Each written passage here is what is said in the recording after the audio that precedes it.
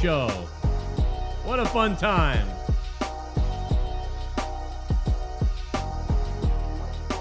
Who had fun tonight on Monday Night Raw? Unbelievable. Oh boy. Wow. Okay. Well, that was friggin' torture. You gotta love torture, man. I mean, did you guys sign up to be tortured tonight? I don't even have my goddamn donations on right now. Let me get everything up.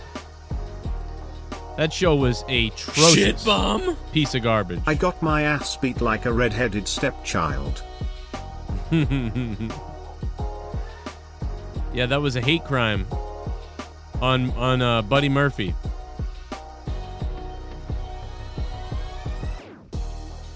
Yo, Murphy, thank you for becoming a $5 shit bomb. Appreciate it, dude. I don't even see that on the dono thing. I want to thank you guys for being here tonight for the Raw review. There won't be much to review because this was a lot of nothing tonight. Boy, was this a lot of nothing, to be honest. Unbelievable. Donnie M316, I want to thank you for becoming a sub on Twitch. 18 months in a row, Donnie M. Thank you, man, for being on Twitch with me and being a badass. How are you guys feeling tonight, huh? Wow, Raw. Does it feel like we're watching something on repeat every single week? You ever watch 17 different versions of the same thing you've seen already? No, you haven't. You wouldn't do that. You know what you do? You'd be like, I'm going to turn this off now. Nobody wants to watch 17 different versions of the same thing they've seen over and over again. But that's what happens on Raw. Every single week. Oh, a little bit of the bubbly. That's what happens. Want some bubbly? Look at this stuff. Oh, unbelievable. A little bit of the bubbly. That's it. I turned on Raw tonight expecting to see a boring show as usual, but turned it on to see Aleister Black looking like he was ready to play fun game of basketball. At this point I had no idea what the fuck was going on. Don't worry, nobody has any idea what the hell is going on, Robbie Hyde. Robbie Hyde, thank you for the $3. Monday Night Raw was a repetitive piece of garbage tonight. Same thing, different week. Same thing, different week.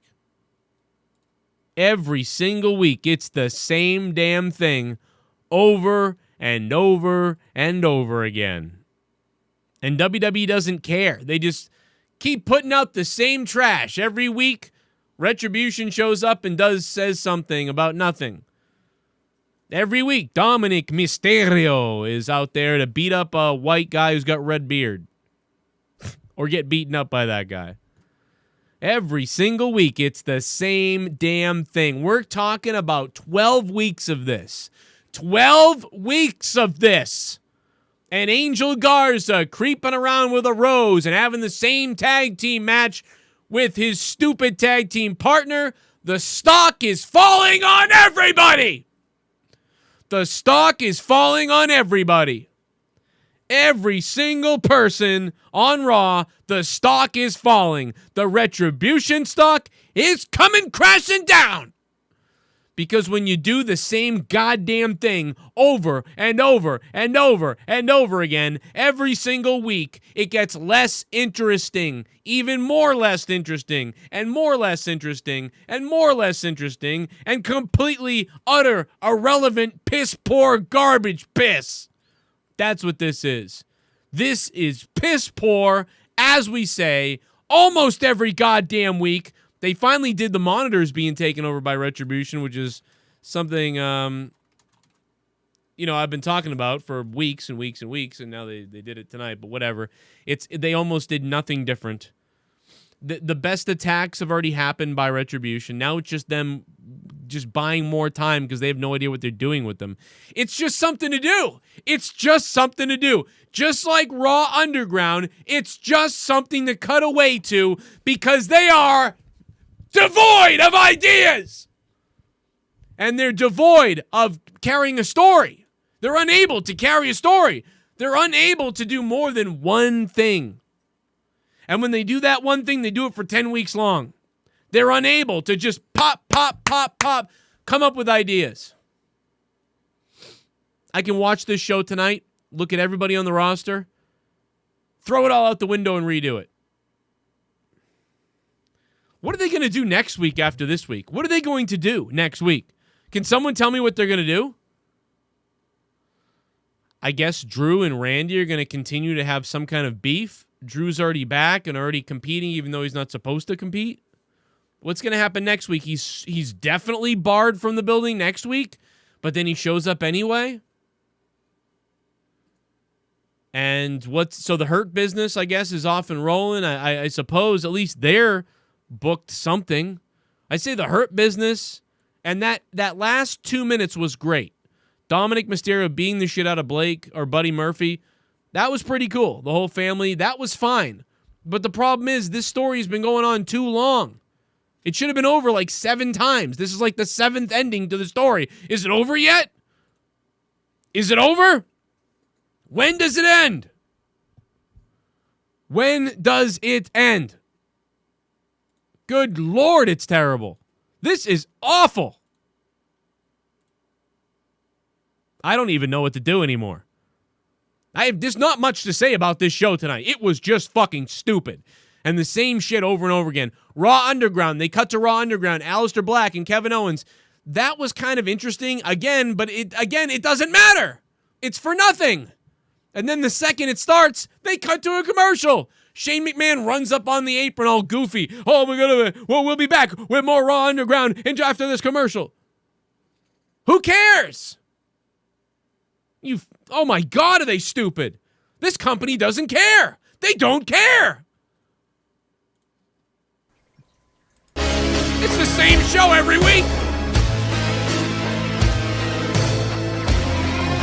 My name is Kane and I'm donating.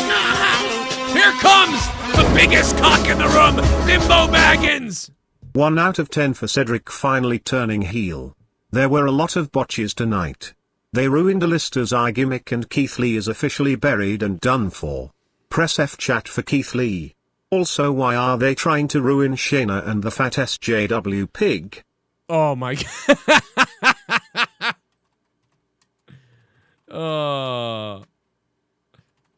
Oh my God. The fat SJW pig. Oh my God. Bimbo Baggins. Thank you, Bimbo Baggins. You are, without a doubt, the top donation of the stream, I believe, right? Bimbo Baggins. We're going to give it to you, brother. Thanks for keeping the show on the air with the donations, everybody. Just a nightmare tonight. We'll get that belt up in a minute. Yeah, Keith Lee, what a joke he is. His music sucks. He looks like shit. Keith Lee is a pile of garbage. Let's go to my favorite clip of all time. In fact, I got to clip it because it's just too good. It's just too good. I'm not shocked that a guy that comes out there and goes, "My name is Keith Lee. Salutations. My name is Keith Lee." I'm not surprised that guy loses, okay? Weird. That was very weird.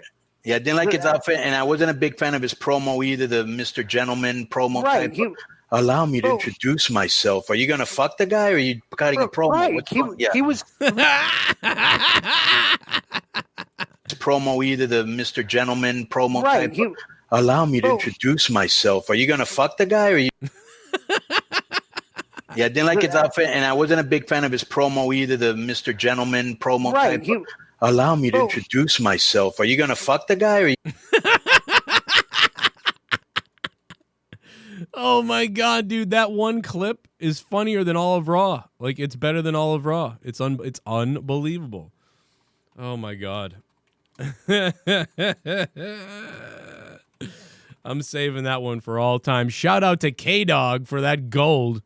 Hilarious. Are you gonna fuck the guy? Like, what the? Oh my God, bro. I'm gonna lose it, dude. I'm gonna goddamn lose it on that one. What else we got? Oh, a little bit of the bubbly. That's it. That's Want it. some bubbly? Look at this stuff. Oh, a little bit of the bubbly. That's it.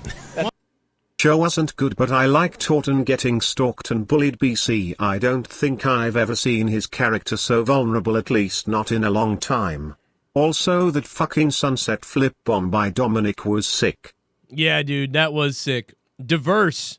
Thanks for the $3. Diverse. Yo, just fire Humberto Carrillo right now. Humberto Carrillo is boring. Nobody knows who he is. He wrestles great. You know, he's great in the ring, but there's no charisma. He has a charisma and a grace, but there's no really high charisma out of him that pops out. For some weird reason, Dominic has the charisma. I don't know what it is. He's got a personality. He's got I believe him when he speaks. He's got the name Mysterio. He's got the ability in the ring that's almost about the same as Humberto Carrillo. Humberto's better, you know, as far as all the stuff he can do. It seems like, you know, more tenured. He's a better wrestler. You know, you have to give it to him there. But I would rather watch Dominic. So just release Humberto Carrillo because there's no need to have him on the roster whatsoever anymore. And get rid of half the other guys that are the same way too, and just have, have Dominic Mysterio because he's the one nailing it. If I was high on drugs, maybe it would be a good show for me too, man, but I don't think so. I don't think so. This was a horrible show tonight. Just a joke of a show tonight. Orton comes out, starts the thing off, cuts his little promo. It's all right. Same thing with McIntyre, whatever, generic story, don't enter the building. And then all of a sudden, Drew McIntyre shows up in an ambulance. For the millionth time, somebody drives an ambulance 5 feet and then gets out of the ambulance. Yeah, I came in the ambulance. Oh, who cares? You're stupid. WWE really, I mean, it's the same thing a million guys do.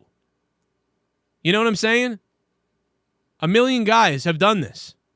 It's just the classic BS. They've done this in the last 5 years like 7 times, dude. They've done it in the last 5 years like 7 times. Oh, oh, it's Dean Ambrose, or oh, it's Roman, or oh, it's this guy or that guy or the other guy. Oh my God. Wow, somebody drove an ambulance to Raw again, like 5 feet. They drove it out of the curtain. Oh, what's the difference? Stone Cold used to do that. Yeah, he's the one who started it, and when he started it was fucking awesome. He showed up with a goddamn Zamboni. No one ever drove anything to the ring until the night Stone Cold drove the Zamboni, and the fucking crowd popped out of their minds because Steve Austin had been arrested earlier, and he busted in, or whatever it was, disallowed from the building. He busts open with the Zamboni. He fucking puts it in park, walks up the Zamboni, runs off the Zamboni, dives over all the security, and fucking clotheslines Vince McMahon. It was awesome.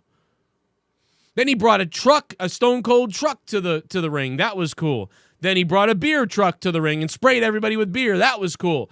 Then one time Kurt Angle brought a milk truck to the ring, and that was kind of goofy, but it was funny, I guess.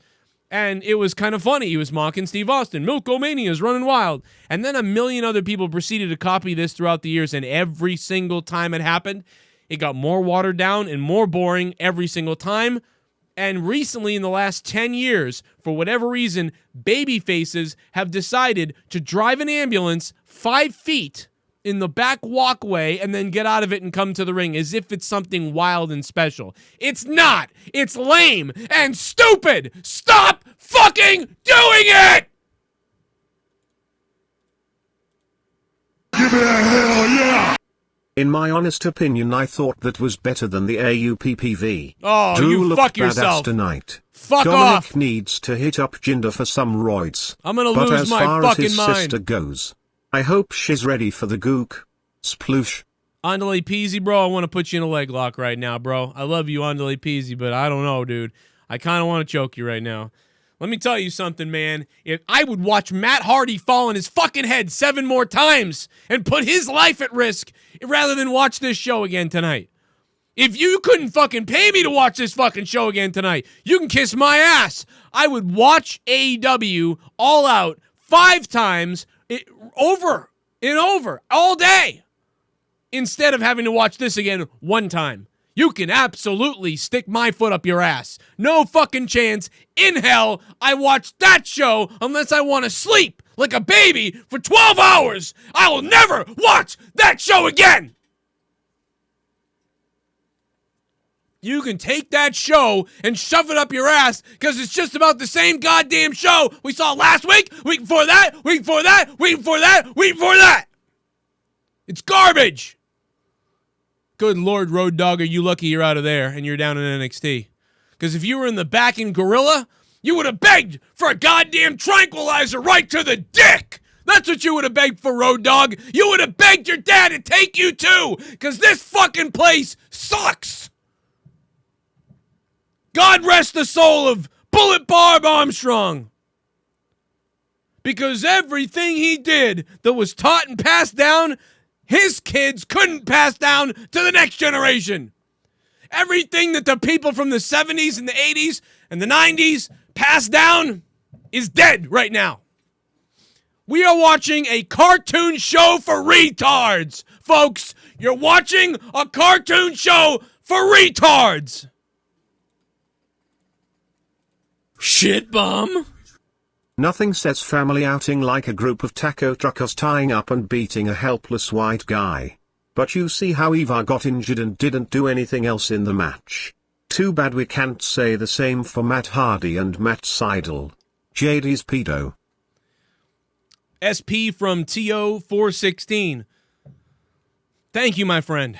You still haven't been able to produce. We still haven't produced this proof of this, but okay. Absolute dog shit tonight. Thank you for becoming a $5 shit bum, by the way. I'm sorry, bro. This is a nightmare. This is a nightmare of wrestling this week. Super chat. All around. Did you see GCW?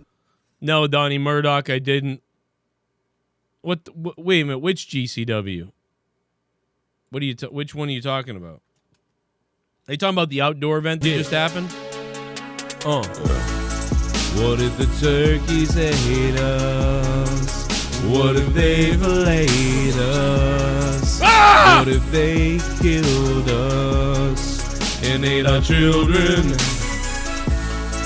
What if the turkeys ate us?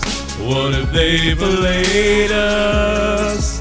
If the turkeys ate us, if they had to hate us, well, Thanksgiving was a little bit different. Instead, the turkeys ate us. They gobbled us apart. But first they'd eat our nuts.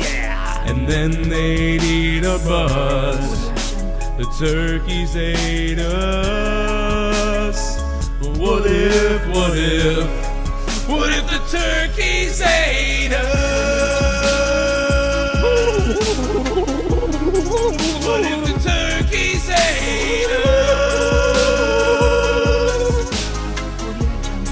What if they ate our fucking nuts? What if the turkeys ate us instead of mashed potatoes? Instead the turkeys ate us.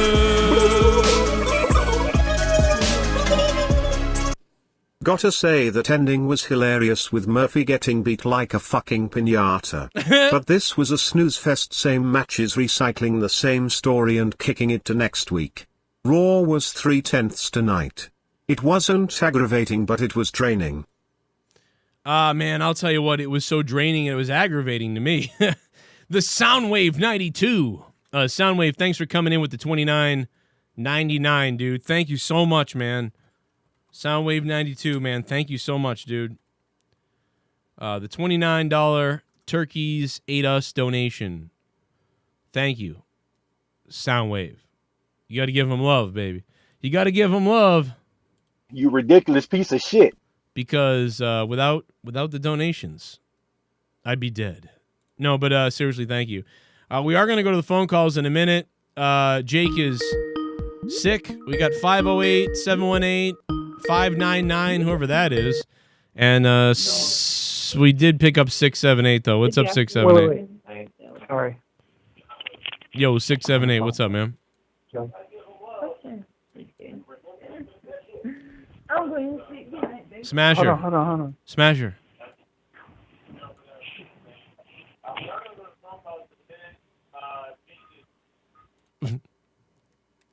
What the fuck, dude? Is he about to bang his girl or something? What was that? That was weird. Okay, well, anyway, that call failed. Give me 1 second. I got to get the graphics up. God damn, there's the graphics. Jake DeMarco is sick, man. He's puking his face off. He's not puking because of Raw though. So no Jake tonight. But we taking phone calls. The phone lines are blowing up already.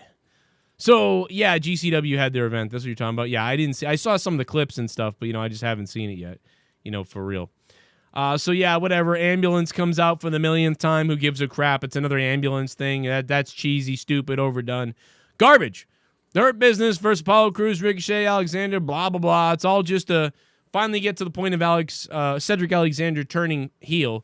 But then they say maybe he really didn't turn heel. But I think that's just a sort of a side herring thing. I think he's going to stay heel, obviously. So the Hurt Business is in business, and they got a new member. Okay, whatever. Street Profits against Angel Garza, Andrade. I didn't even watch it. Don't give a shit. The Street Profits won. Fuck that match. Seen it about 900 times. Looks like this match was just as worthless as any other one they ever had, so I don't give a shit. After the bell, Garza is already up the ramp, mouthing, it says. Did I write mounting? I wrote mount. Did he mount him? Mouthing back at Vega. Blah, blah, blah. I don't really care at all. It's just boring again. Still to come, Aleister Black and Kevin Owens at Raw Underground. Then R-Truth has a cringy segment in the back with the ninjas. Everybody looks goofy. At one point, he runs away, drops the belt, and clearly he has to reach behind him, but the guys could have caught up to him, but they don't. And that looks stupid. Garbage. The 24/7 belt looks ridiculous. The ninjas thing is overdone a million times over. It's not funny. It's not good. It's over-scripted. In fact, it's so over-scripted, it just is confusing and stupid and dumb. Absolutely terrible. Whoever produced that segment should kiss my ass. Peyton Royce versus Billy Kay. We've heard for months and months that there was rumors that Vince wanted to push Peyton Royce to the moon. And everybody was like, I don't know if that's true. Well, it looks like it's 100% true. First, they break him up. That's halfway there.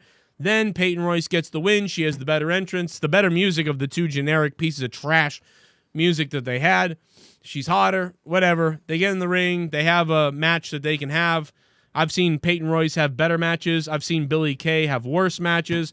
Billy Kay is a 5 out of 10, if at best, wrestler in the ring. Peyton Royce has the ability to hit about a 7 out of 10.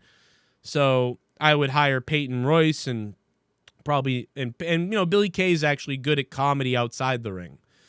She'd probably be a good manager or somebody like that. But Peyton Royce is the star in the ring. Sorry, I hung up on a lot of people. I can only get one through at once. 802's on the phone. What's up? Yeah, hey, Joe. I was just wondering if you were buying the line from Tony Khan about Matt Hardy not having a concussion following All Out, because it really seems like Reba's convinced something went on. She's the wife. Yeah, I think the truth lies in the middle. But it's true. I think Tony Khan is nervous. I don't think he's used to. I don't think that AEW deals that well with scrutiny with anything, because he's so quick to defend everything. He thinks because the doctors cleared everything that everything's okay and nothing happened. But as we know, you can get a concussion and then be okay a few minutes later, and no doctor is going to find anything wrong with you or no. He clearly had some kind of a concussion of some kind, and then when he was evaluated, they found nothing. So, it's one of those things. I think he would have been better off saying, we knew something was wrong. The doctors cleared him, though. We continued. And I think that he's just nervous about being defensive. Obviously, hindsight 2020, you stop that match. You just stop that match. You don't have it go on. I don't think they need to be buried.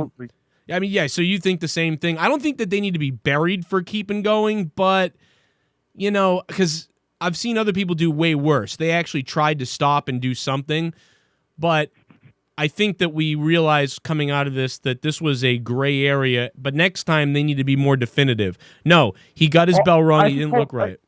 I just hope Matt didn't feel pressured like he had to continue because of his age. He had to hang in there with the young guys. If he didn't continue the match, is going to jeopardize his spot in the card. And also, I'm wondering if he continued the match, hoping that maybe he'll get him a push. I can tell you, I can guarantee you, he did not feel that, getting hurt was going to jeopardize his spot. What I think it is it's literally just male ego or wrestler ego, really wrestler ego. You want to continue. I got hurt at a friggin' pickup game in hockey, and I tried to continue, and the guys had to keep me on the bench, and then I went and got a CT scan. So it's like, it's just your natural, it's just your instinct to like, no, I'm going back out there. I'm going back out there. I'm good. That's just how you act. So that's why it's other people's job to protect you, and why Rebby is so angry. I don't think that AEW needs to be buried, but I think Tony Khan will hopefully look at this and be like, I tried to do the right thing by sending the doctor out there, and we tried to evaluate him. He was cleared, but even though he was cleared, in the moment, something wasn't right. You just should have just pulled the plug next time, probably, on that. Absolutely. All right, Joe. Yeah, man. Thank you for your time. Thank you. Good call. Going back to the AEW stuff with Tony Khan. And I put the video up yesterday. If you guys missed it, go watch it. Rebby Hardy says 1,000% the guy's got a concussion. Tony Khan says he doesn't have a concussion according to the hospital, and they evaluated him there, and he didn't have a problem either. But, when you see a guy stumbling and falling, and when he's picking up a guy, and Sammy Guevara had to hold the guy up, and then he dropped him, and then Matt hit his head again. So, but I don't think that Tony Khan and AEW needs to be buried. I don't think they need to be buried for this. I think it's a very gray line sort of situation. I think half the time you get evaluated, you have a concussion, the match is over. The doctors said he didn't, then the hospital said he didn't, and he had a CT scan that showed he was clear. So all the medical facts back up the fact that he actually was all right afterwards, but he clearly suffered some kind of at least mild concussion, like right away. And after you have the concussion, it doesn't mean that you have deadly symptoms that are going to stick around for you to see, but you had a concussion. And you could pass out later, you could throw up later, all these things can happen later, even when you don't show a concussion. I know this. You know this. Most of us know this. I don't know why they don't know this. I don't know why they thought, well, doctor says he looks good, go back out there. And I know that sports and football protocol, they actually used the football protocol, to be honest. And quite honestly, to like defend Tony Khan real quick, and AEW, in football, the guys go back out there. And, their doctor said he's fine. The hospital said he's fine. Matt Hardy, to this moment, has been fine. So all of everything that's gone on since Saturday has backed up that Tony Khan and all the doctors were correct that he ends up being okay. But it just doesn't look good. Now you got all these people saying all this stuff, and, I think next time I wouldn't even care I don't care what the doctor says. I saw him hit his head on the cement, and then I saw him not be able to pick himself up. So you're going to the hospital, like right now. Like we'll figure this out later. So it's a gray area. It's a borderline one. So many other wrestling promotions and wrestlers have gone on after things that are way worse, that have been way worse and more devastating, that they shouldn't have gone on from. So, I don't think we need to bring up all those old things and throw it all at AEW, like, let's get them. But, I think that they are a little bit defensive about this, when they probably should just come out and say, all the doctors evaluated him, the hospital evaluated him, we're going to take, maybe next time we don't even continue anyway, just because. I don't know. But whatever. I don't know what to tell you, man. It's a gray area, but I see what the guy was saying. We got to go back to Raw, though. It's not Sammy's fault. It's not Matt's fault. They just set the table up wrong. The table wasn't set the right way. They didn't measure the distance. They didn't think about the distance. They went too far over it. Sammy kind of got a running start. Sometimes you made a mistake with how you set the tables up. That's all it was.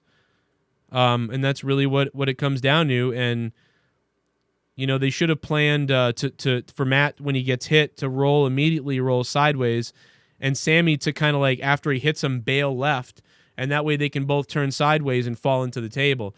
but instead sort of Sammy kind of like charged him and then like arms wrapped around him. So that never gave Matt the chance to be able to, I guess, protect himself. But he did Matt instead took a fall like he was bracing for a bump. So he spread his arms out and was expecting to go through a table and to protect his head. And the good thing was he was probably protecting his head already because he did expect to fall arms stretched out and not sideways. So, but then there was no table there because they went too far. It's just it's a bad luck situation. 954, what's going on? Hey Joe, during that 2-on-1 handicap match, how do you end the match in no contest just because Retribution did that promo and turned the lights off when they didn't even attack anyone in the ring? Yeah, you know, WWE doesn't explain this stuff. I would explain it that, you know, the match had a certain. I'd explain it that the match has a certain time limit, right? So the WWE doesn't say time limit, 8-minute time limit, but basically how they could cover that is just Michael Cole could just say, well, the match had a 7-minute time limit. You know, Retribution comes on, the lights are out, and we've gone over, so the match has been, you know, called a draw or whatever, obviously. So they don't want to say that every time, but in my mind, I just think of it that way, and that's how I explain it to myself without having to be explained also, to. Next week, do you see Raw getting like less than 1 million viewers because of Monday Night Football? Yeah, I think Monday Night Football will kill the ratings a little bit. Joe, I heard some people say that it was a work because it's the same angle he did when he was in Impact Wrestling. I understand you think it's a work because of that, because I thought the same thing. I even said it. Because guess what? 7 days ago, I told Matt Hardy to do this. 7 days ago, I asked them to do this. Don't believe me? Here's the video footage. September 2nd, 2020, before AEW All Out. Okay, then literally 2 weeks later after he says that, we're talking about how Matt Hardy was broken, then he wasn't broken, then he said he'll never be broken again, he's just going to be Matthew Hardy. Then Matthew Hardy says he's going to have a broken match, which is confusing. I want you in a broken match, and I look like broken Matt Hardy in the fucking logo things. What the fuck in the fuck are you doing? He needs to fall and hit his head, and suddenly I'm broken, and it's otherwise. No, they made bipolar Hardy. The side effect on that. Oh, but well, guess what? He fell and hit his head. It's exactly what he did in Impact Wrestling when he became broken, right? So you know what I'm talking about. Logo things. What the fuck in the fuck are you doing? He needs to fall and hit his head instead. So that is the reason why that many people did think it was a work, because literally it's what he did in Impact Wrestling. And also it's what he did. It's what happened the other night. So I said, if Rebby Hardy was on board with it and screaming on Twitter, they could really work this thing. But you can't really work this. I mean, it was just so weird. You don't. The only thing I thought was that maybe they put styrofoam on the ground, and because it was a weird area, in place of the cement, and so you could really fall, brace yourself, and then if you hit your head, you'd crack the styrofoam, and you could make it look like, oh my God, he just landed on cement, and then you got to make it good by getting up and falling over and all this stuff. But I mean, dude, that I don't believe that. I think it's just fully coincidental that the guy got hurt, and that's the way he got hurt, whatever. But that's my point, is why people thought it was not real, is that's the reason why people thought it was a work for that reason. So that is why people thought it was a work, because that's what he did in Impact Wrestling. I don't think this was a work, though, at all. They wouldn't want this type of bad press and the concussions and unsafe, and this would be just a nightmare, I think. So no, it's not a work. It's real. If it was, it's the greatest work I've ever seen, aside from maybe like the Montreal Screwjob or something like that. So I'm not sure. It's just coincidental that I happened to say that 5 days ago. It was just so weird how that plays out. 240, hello. Hey Joe, how's it going? What the fuck happened tonight? What the fuck did we watch tonight? Sleep what Zone. What the fuck is Mike? The fuck is Michael Cole on Monday Night Raw tonight? What the fuck? Tom Phillips, I don't know why Tom Phillips wasn't there, but does it really matter? They're like the same guy.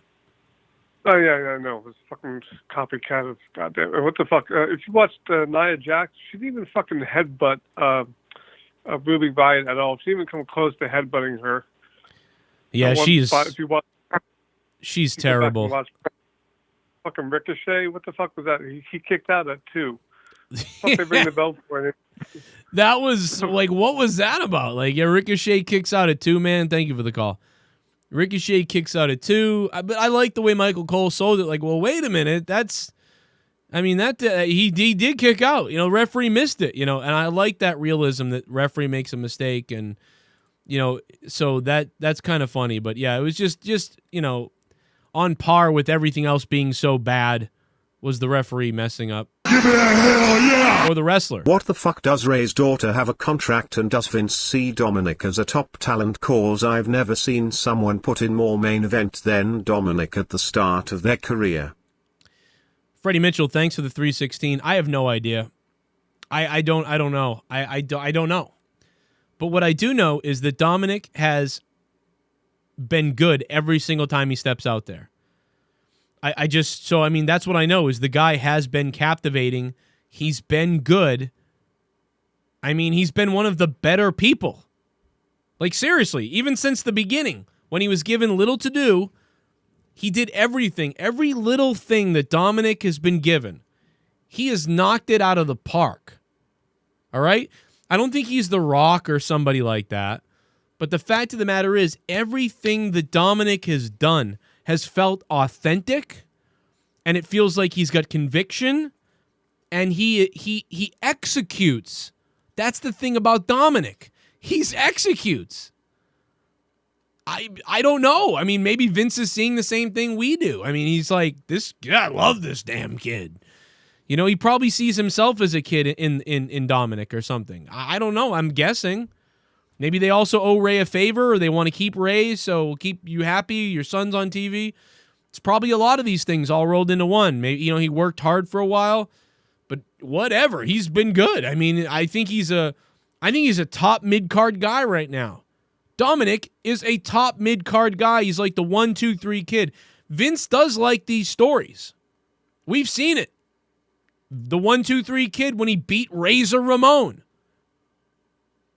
He's done these stories before. The little engine that could, or Vince loves that. In fact, the little engine that could. Didn't Ultimate Warrior give Vince that book? And Vince cried because that was something that Vince always talked about. Vince loves that stuff. As ridiculous as Vince can be and stupid and all over the place with many things, there are some traits that he has that are admirable that come across in the stories a lot of times. You know, and that's one of them. What else we got? Oh, a little bit of the bubbly. That's it.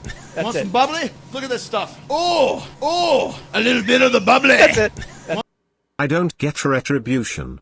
Makes me think Vince's dementia is getting worse and he has no idea what to do with them. I think the only thing that can save Raw at this point is for Vince to become a vegetable.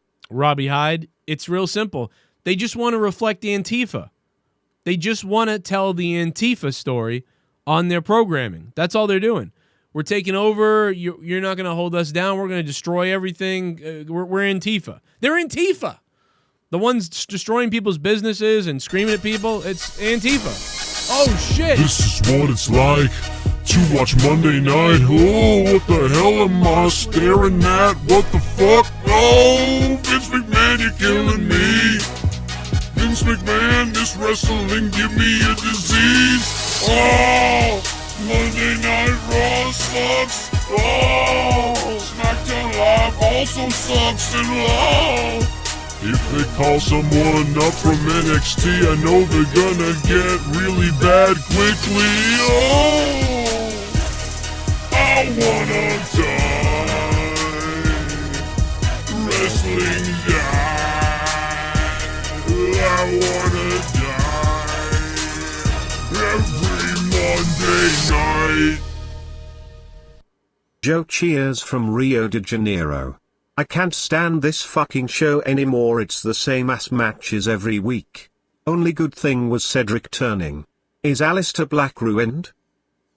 I think everybody's ruined as long as they're on Raw, to be honest. Sharp-nosed gamer, Rio de Janeiro. Thank you, man. All the way down in Rio de Janeiro. That's crazy. Pat Patterson says hi. I let the stuff out of dick in the balls. Sharp-nosed gamer. Thank you, man. Appreciate that. No, I don't think Aleister Black's like ruined. I think Aleister Black's in maybe better shape than Keith Lee. I think Aleister Black is been lowered. Yeah, his stock and his mysticism and his whatever has been lowered down. But I think that Keith Lee is as well. Everybody right now has been lowered down because every storyline, every character, everybody is performing at a 3 out of 10 level. It sucks. Give it a hell yeah! The Hurt Business BLM Retribution and Tifa prove me wrong. And Raw was a 2, and that's only because of Dominic and Ray's daughter Alicia. Right. Yeah, I think the only reason why I gave Raw 1. I'm giving Raw a 1 out of 10 tonight, Freddie Mitchell. The only reason why I'm giving Raw 1 tonight, maybe a 2. Maybe I'll give it a 2. I have to give it a 2, I guess. I'll give it a 2 out of 10. Only because of Rey Mysterio's family beating up Murphy at the end. That was the best part of the whole show. What the fuck the point is, Vince? What the fuck the point is, Vince? What the fuck the point is, Vince? The show gets a 6 out of 10. Only Mysterio can make Clayton Kershaw really jealous with those kendo stick shots to Buddy Murphy. Out of the ballpark. Not the strongest show of 2020. Call Dr. Fauci and tell him to kick Vince McMahon in the damn. Luis Antonio Rodriguez. Thank you for the $9.99, man. Man, I'm glad you like this show more than me. 6 out of 10. I mean, you are, bless your heart, because I wish I was you. Oh my God, I wish I was you. I feel like I watch torture. I've seen this episode of Raw like 70 times, I feel like. Every single week, it's the same show, it feels like. 347, what's up? Yo, allow me to introduce myself. No, I'm just kidding.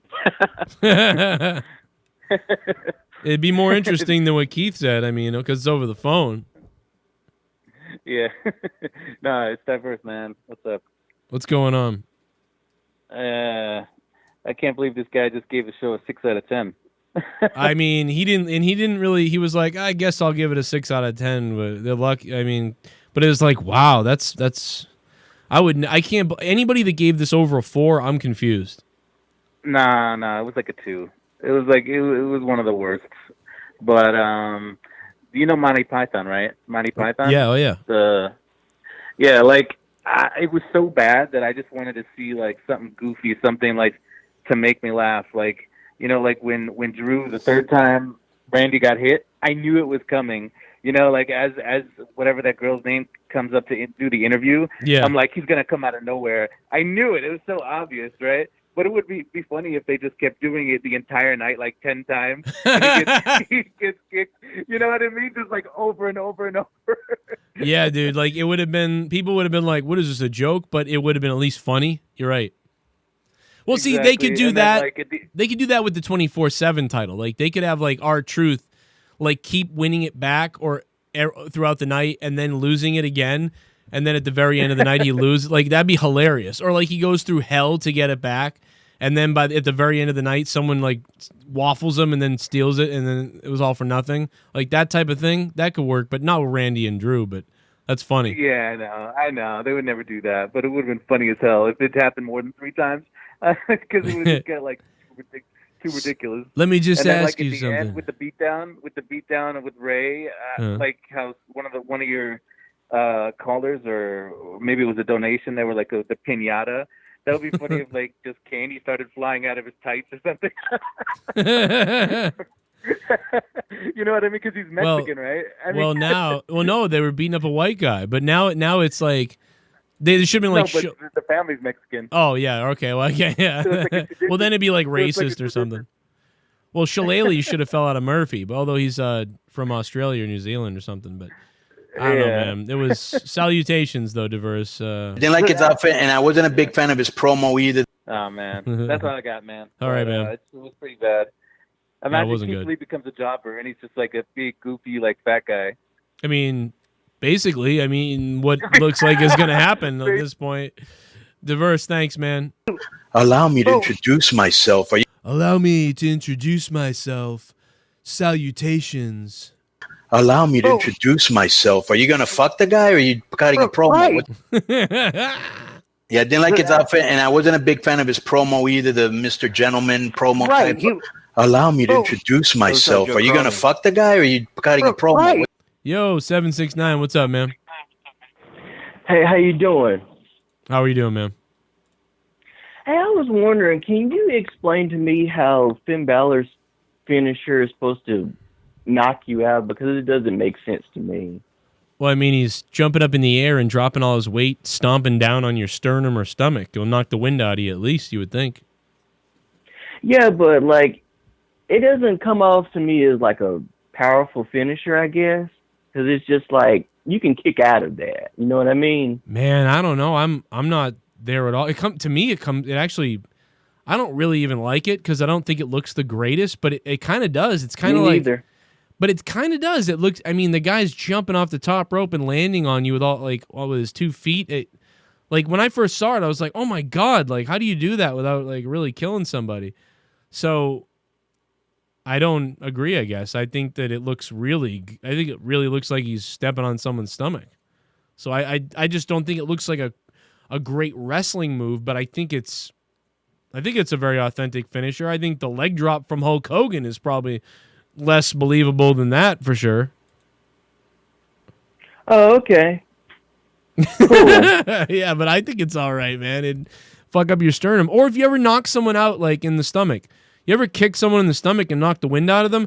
I mean, they won't be able to kick out of a 3 count. They'll be like, and they won't be out, but they'll be, you know what I mean? Like they wouldn't be able to kick out. In fact, in real life, if you're in the ring and you kick someone hard enough in the stomach, you could just win the match right there because no one's going to really be able to kick out. Yeah, I mean, I don't know. So I think it's very authentic. I mean, interesting question, but I think it's way more authentic than half of the other moves. I don't think it looks the greatest, but it looks like it really could hurt you. I mean, that's the least important, you know? Shit bum! Trust the guy with the BLM armband to turn heel and commit unprovoked acts of violence. Oh man, they are going around New York and beating up people who just want to eat food at a restaurant. But hey, man, they're all creating more Trump supporters than they know right now all over the country. It's almost like they're paid by Trump or something to make him look better or something. I don't know. It's weird. But yeah, look at that, Cedric. He might have went Antifa on everybody. Who knows? Cedric Alexander. Hell yeah! But Joe, the fanboys say you only trash share you LOL. Raw was a fucking 2. It would have been a 0 because the Mysterio family saved it. We sit through 3 hours of dog shit. Prove me wrong. Well, see, Freddie Mitchell, I think Vince only cares about the Rey Mysterio angle. That's why it's been the best. I think that's all Vince cared about. And I think Vince only cares about Roman Reigns when it comes to SmackDown. So, there you go. Everything else is, everybody else come up with stuff. All right, that sounds fine to me. Put it out there. You know, he doesn't care. Sammy Talks. Thanks for subbing to the channel, Sammy. Is Cedric really married to Big Swole? Really? Man, how does he talk to Big Swole, man? Cedric Alexander, like, whenever he's talking or cutting a promo, I understand. Shit bum! I can't understand Big Swole. When is the King of the Ring tournament? I'm sick of the King Corbin gimmick. I know he's on SmackDown, but we want King of the Ring 2020 tournament already. Neon the Wicked, thanks for the $5. I hope it never happens. Because every time they do King of the Ring now, they use it for some shit crap thing. You know, look at Baron Corbin. I want the old King of the Ring tournament that's fun and awesome and exciting and someone's going to win and be propelled. I don't want the I'm a king gimmick to go on for the millionth time. But yeah, so they'll never do that. So I don't want to see it again because they'll just shit on it. You know? We have a new member. Oh, shit. Of the JCS army. El Diablo. I've been playing Diablo 3 all day. I'm back playing again. It's been a couple of weeks since I've played and I'm back again. Luis Antonio Alejandro. He has become a member by clicking on the join button down below, man. Thank you. Thank you big time. Yeah. Appreciate that, bro. Very much appreciated. Right. Allow me to introduce myself. Are you going to fuck the guy or are you cutting a promo? Right. Give me a hell yeah! Salutations. Joe, do you think Shayna is a dyke? Oh. I think she is, isn't she? Like, or she is. I think that's already come out, right? That she, you know. The real question is Nia. And why does it matter, I guess? I mean, I don't know. I mean, unless you want to hook up with her. But I don't know, man. I have no idea. I don't know. Maybe JR knows. Either way, it's okay with me. Shit bum. Everyone's saying Jeff should have followed Matt to WCW too, but let's compare. Jeff had a nice against all odds story. Now he's the IC champ going into a three-way with Sami Zayn and AJ Styles on PPV. Matt, on the other hand, is eating concrete. Well, remember, WWE doesn't like Matt Hardy, so that's why Matt Hardy left. WWE treats Matt Hardy like shit, and he doesn't seem to care or know, or I don't know. But Matt Hardy is treated like garbage by WWE and by Vince. They only care about Jeff and the Hardy Boys. WWE loves the Hardy Boys and Jeff Hardy. And as far as Matt goes, Vince sees him as Jannetty, a wasted Jannetty. And Vince didn't really see the broken stuff. He didn't understand it, even though he kicked ass in Impact Wrestling. So Vince didn't even know what the hell to do with it. So, you know, Jeff Hardy got hurt for 8 months or months at a time, multiple times, had the drunk driving things go on. Therefore, Jeff Hardy has 8 months more on his contract that Matt Hardy did not have. That's why Matt Hardy decided to leave when his contract was done. Jeff Hardy is working through the rest of his contract right now. I think Jeff Hardy has 2 months maybe left on his contract. I don't know that 100%, but it's close to something like that. And so Jeff Hardy will have the decision to make whether he wants to re-sign with WWE or whether he wants to go to AEW or somewhere else. WWE values Jeff Hardy and the Hardy Boys.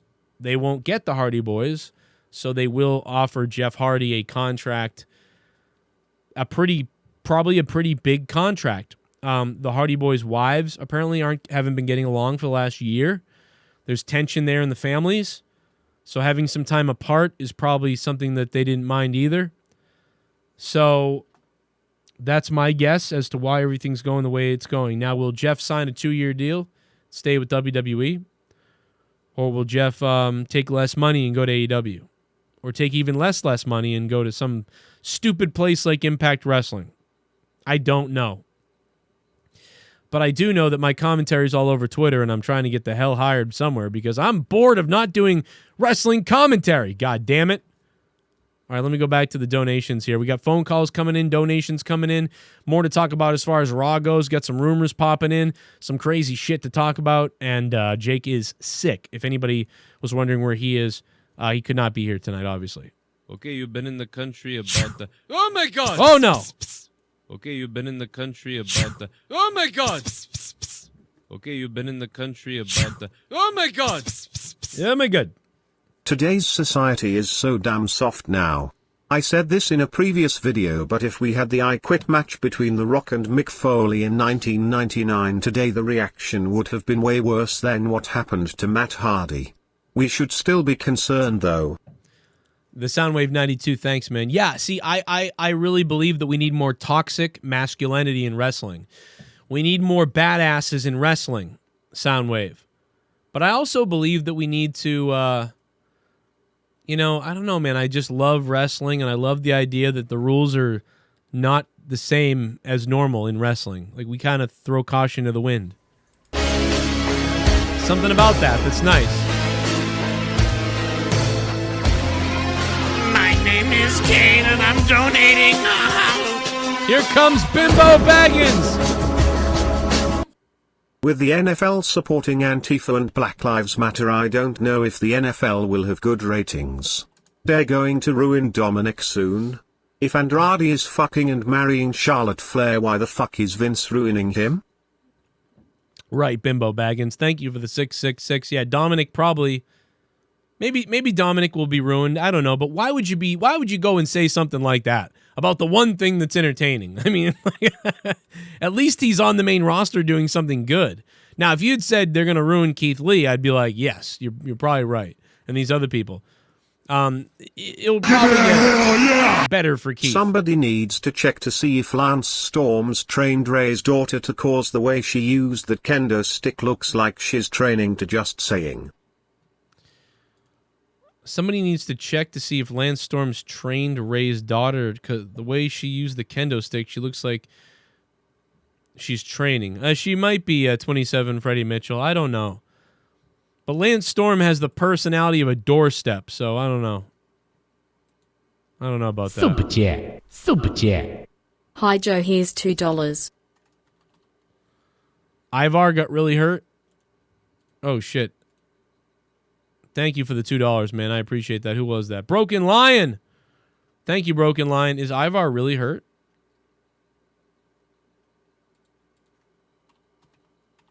Ivar trained me, bro. Oh yeah. We haven't talked about the botch yet. I did see the injury, and I was worried about this. I was going to talk about it, but I thought somebody had told me that they said he was going to be all right in the back. Let me check it out now, because I thought somebody said he was going to be okay. Let me check it real quick. Ivar, man, I worked with Ivar a long time ago. He trained me, so I love that guy. I love Hansen. I think a Warbeard Hansen is just a great talent, and he trained so many people. Sasha Banks, Kofi Kingston. Let's see. Oh, yeah, I see it. Oh, yeah. That's nasty, bro.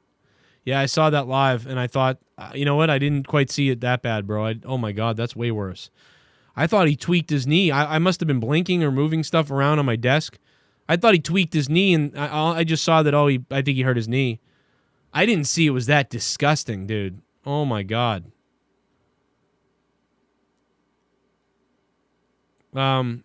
Which explains the botch count at the end. Alexander hit the Tiger Driver. Ricochet and the referee counted to 3. As the announcers pointed out, Ricochet got his shoulder up. This was apparently not supposed to happen to be the finish of the match, and it looked like this call was made to end the match because Ivar was injured outside the ring. Cameras show the trainers checking on Ivar ringside. As they went to commercial break, you can see the spot below. It looked like he injured his leg. Yeah, it looks way worse than when I first saw it. So he might have separated something. All of his weight, he gently extended his leg as all of his weight came down on it. So that was, good God, that's really ugly. He looks like he teared an MCL or an ACL or something rolled up or teared, I think.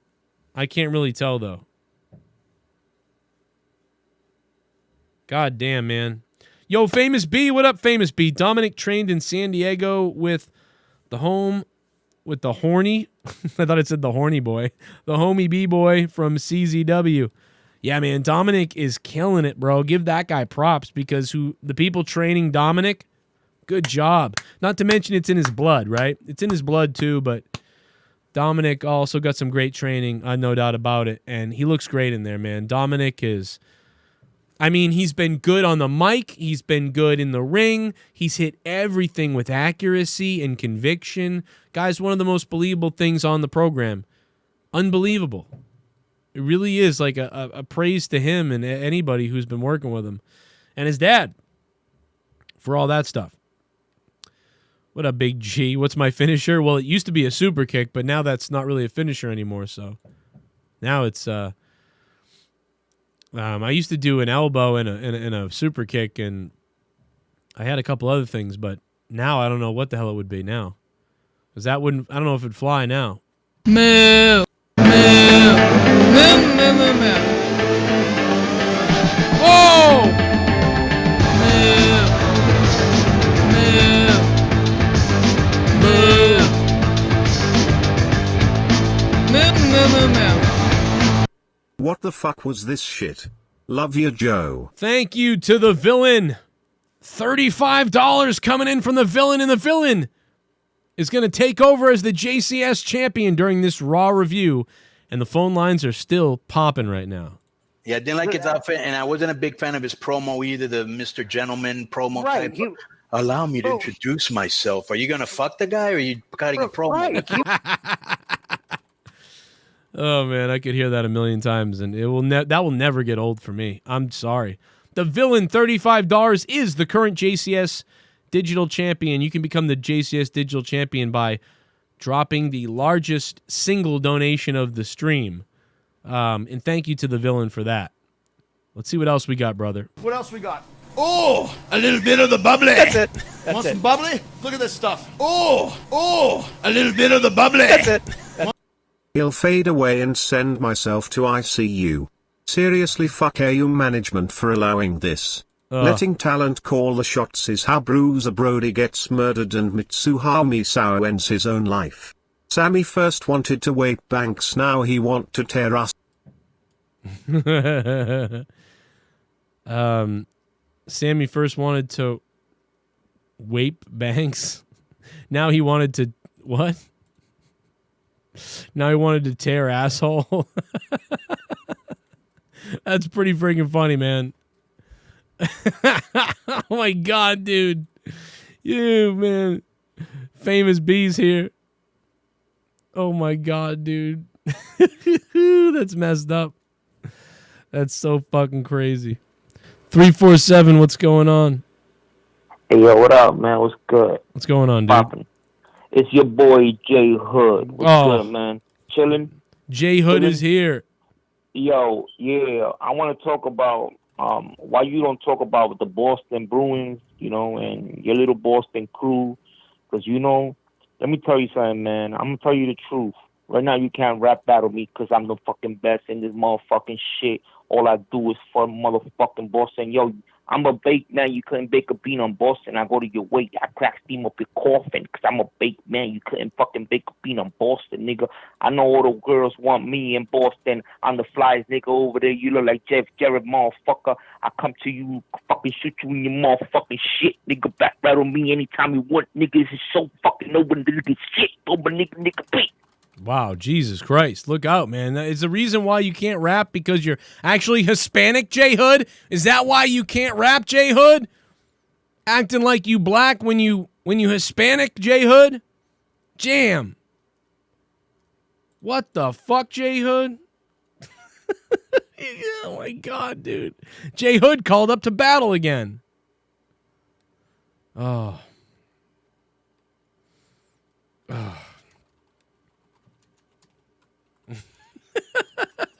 J Hood is terrible, bro. Yeah, I didn't like his outfit, and I wasn't a big fan of his promo either, the Mr. Gentleman promo type. Allow me to introduce myself. Are you going to fuck the guy, or are you cutting a promo?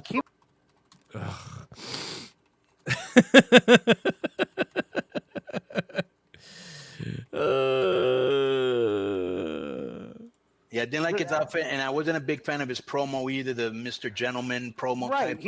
Allow me to introduce myself. Are you going to fuck the guy, or are you cutting a promo?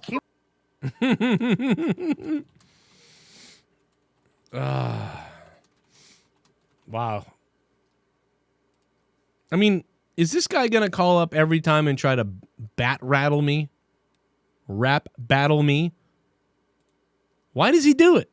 He did rhyme, I think, once or twice. I don't know, bro. What the fuck was that, bro?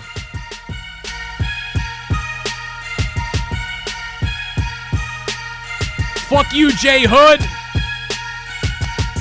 You fucking awful.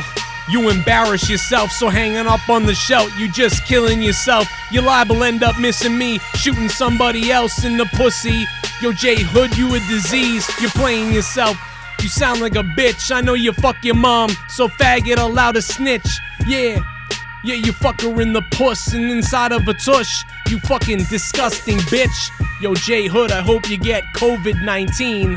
I hope you get caught with a teen. You mean, you suck dick, you ugly prick. Never call my show again, you make me sick. Alright, sorry, there's something for for J Hood, I guess, since he calls up to, I don't know, to rap battle. I don't know why he does. Give it a hell yeah! What he's doing. Am I the only one who liked the show? Lol, I must be in a good mood. But as far as Dominic's sister goes, I hope she's ready for the gook. Sploosh. Listen, Dominic's sister was pretty. She was very pretty tonight. She was very nice. His whole family beating the shit out of Murphy. That was the best part of Raw. I mean, it was supposed to be so good, but that was pretty good. That was my favorite thing. Watching the retribution. No, watching the retribution of that Super chat was good. Super chat. J Hood, the next monetize this champion. Oh my God, the goon. Are you seriously going to donate on Monetize This on Friday night on Corrupted Nation and try to make J Hood a champion? You know, right now, Jman from KC is the current champion of the wheel this week. You're going to try to go and give a guy like J Hood the king of the wheel on Monetize This after you just heard that rap that he just laid out, whatever that was. What? You're going to really do that, bro? You're going to give that guy that just called, who pretends to be black, but he's Hispanic. I don't remember his real name. It's like Rafael Ordonez or something. It's not. He calls himself J Hood, but his real name is like something Ordonez. Like, that ain't J Hood, dude. You should call yourself like I don't know, bro. You can't say anything anymore, though. I know that. I know that's why I'm stuck right now. Yeah, I didn't like his outfit, and I wasn't a big fan of his promo either, the Mr. Gentleman promo type. Allow me to introduce myself. Are you going to fuck the guy, or are you cutting a promo? He's talking about Keith Lee in the clip. You couldn't tell? Allow me to introduce myself. Where's the actual clip of Keith Lee? Where's the debut? Do they even have it on here? Oh, here it is. Let's see.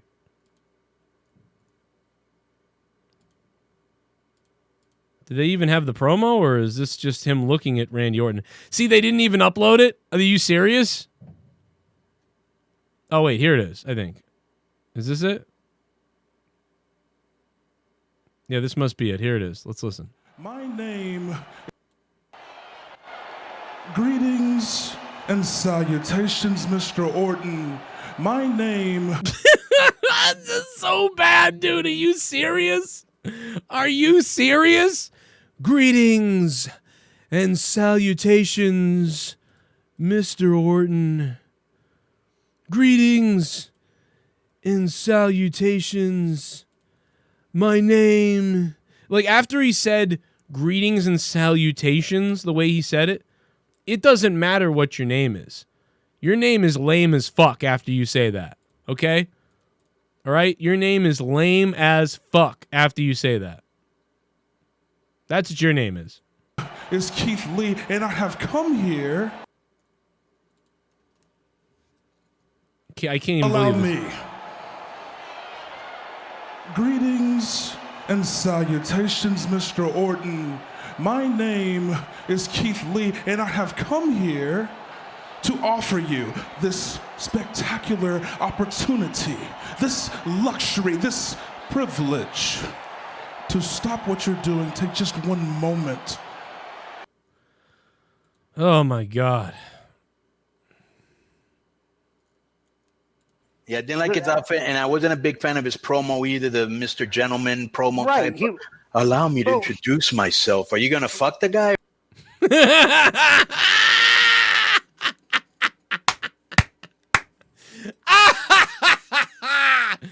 Oh, my God. If I'm Keith Lee, if I'm Joe Cronin and I'm going into that Raw debut, you know?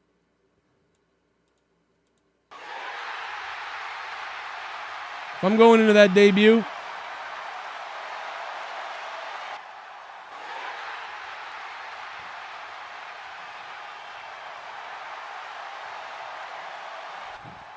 well, hello, Mr. Orton. My name is Keith Lee. And what I'd love to do with you tonight, Randy Orton, is I'd love for you to step in this ring tonight against me, Keith Lee, and I would love for you, Mr. RKO, to bask in my glory. Now that is not exactly a promo that I really like, but it's still better than salutations. My name is Keith Lee, and I'd allow you to... What the fuck, dude? Someone needs to get fucked up in Gorilla or in that fucking company. Like, I mean, just slapped around. Beaten.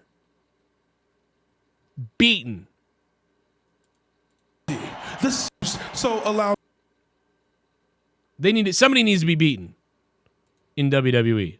I don't know who, but somebody needs to be beaten. You seem a little perplexed, Randy, but I guess that would make sense. We haven't been properly introduced, so allow me. Greetings and salutations, Mr. Orton. Ugh. Good God.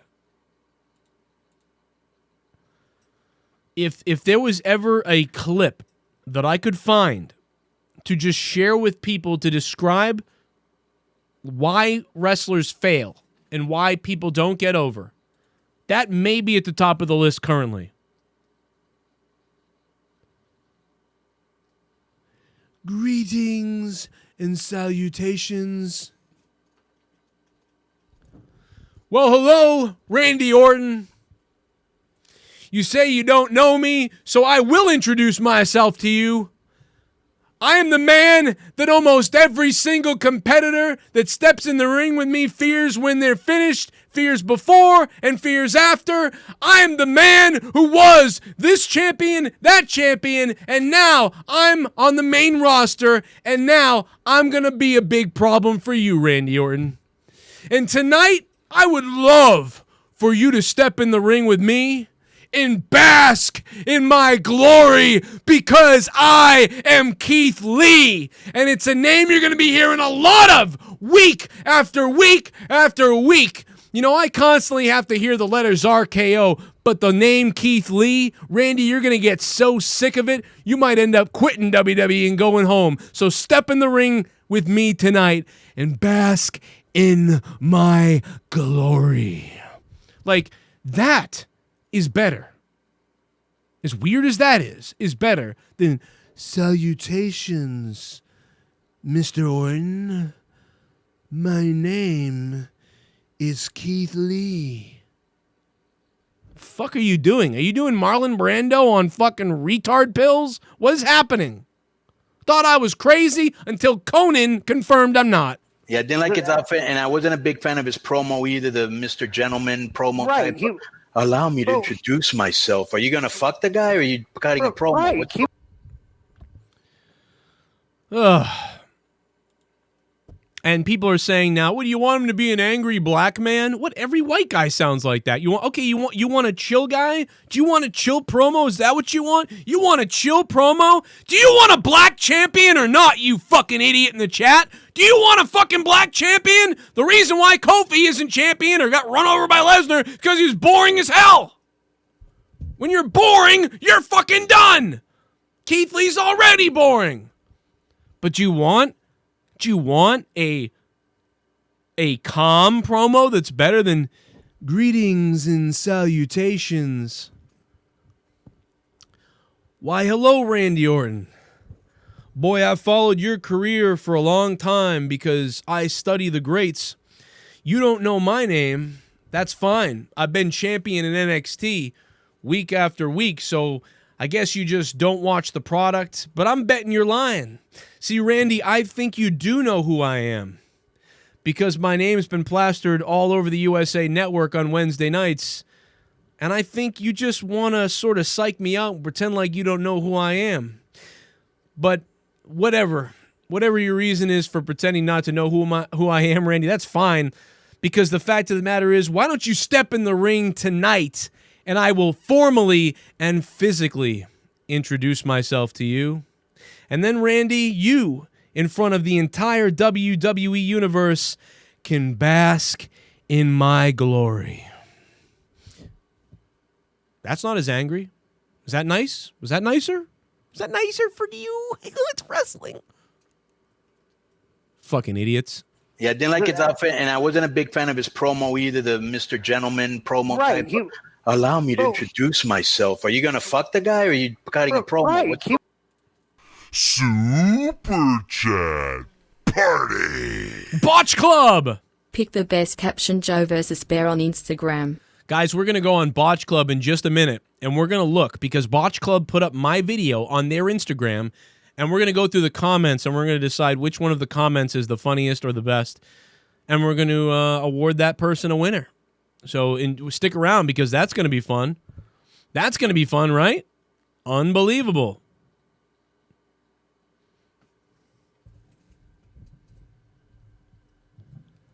Do do do do do do do do do do do do do do do. They cut Keith Lee's balls off. Yo, Botch Club, check them out on Instagram, guys. If you haven't, go follow them on Instagram. Like 25,000, 25,000. Keith Lee is limited. It's just a microcosm of everything else. Just a microcosm. Lee is a black Shakespearean gimmick. Lee has a black Shakespearean gimmick. Yeah, I guess he could have that, right? I guess he could have that. It's not gonna work, but Super Chat Party. Super Chat. He sounds like Agent Smith from The Matrix.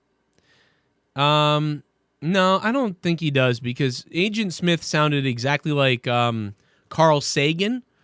The actor that played Agent Smith did Carl Sagan's voice. So, believe it or not, I guess that kind of did sound like him a little bit. The stars are above the earth, where the sun fries. Yeah, I guess he kind of does. Let's listen to Carl Sagan. Because Agent Smith was the guy that played him, was channeling Carl Sagan. And here's Carl Sagan. Creatures which communicate by changing the patterns on their bodies. A bit to specify something of greater complexity requires more bits. There's a popular game called 20 Questions. There's a popular game called Dildo Practice, which shows that a great deal can be specified in a great deal. Only 20 bits. For example, I have something in my hand. What is it? Is it alive? Yes. 1 bit. Is it an animal? Nope. A typical whale song lasts maybe 15 minutes. The longest, perhaps half an hour. Occasionally, a group of whales will leave their winter waters in the middle of a song. And 6 months later, they'll return and pick the song up at precisely the spot that... So there's Carl Sagan. Potentially could be what you're saying. I think I understand you. Unknown caller, hello. Yep. What's going on, man? What's up, man? All right, I got a quick question for you. Sure. This whole Keith Lee thing that's been going on for a couple of weeks, am I crazy? Because besides maybe once or twice, he sounded like this the whole time he's been on NXT. He always sounded like Leaping Lanny Poffo to me. It never made sense to me that this dude looks like a monster, but sounded like that. Yeah, Almost all of his promos. This is not something new. It's not like new, maybe yeah. 2 times I saw him get really angry at something, but every other time he's like, "Excuse me, but does anyone have any Grey Poupon?" Yeah. Some of this kind of crap. I'm like, seriously, dude?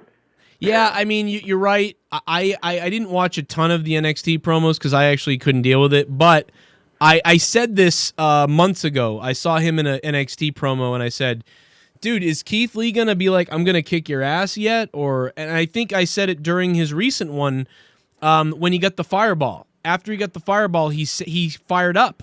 I don't know if you saw that. And I was like, yes, do that. Yes, stop with the, hey, let's all go out there, And I thought maybe that it was some kind of cheesy, like NXT, AEW, like, oh, the stupid people in the indie scene think it's cute that he talks like that.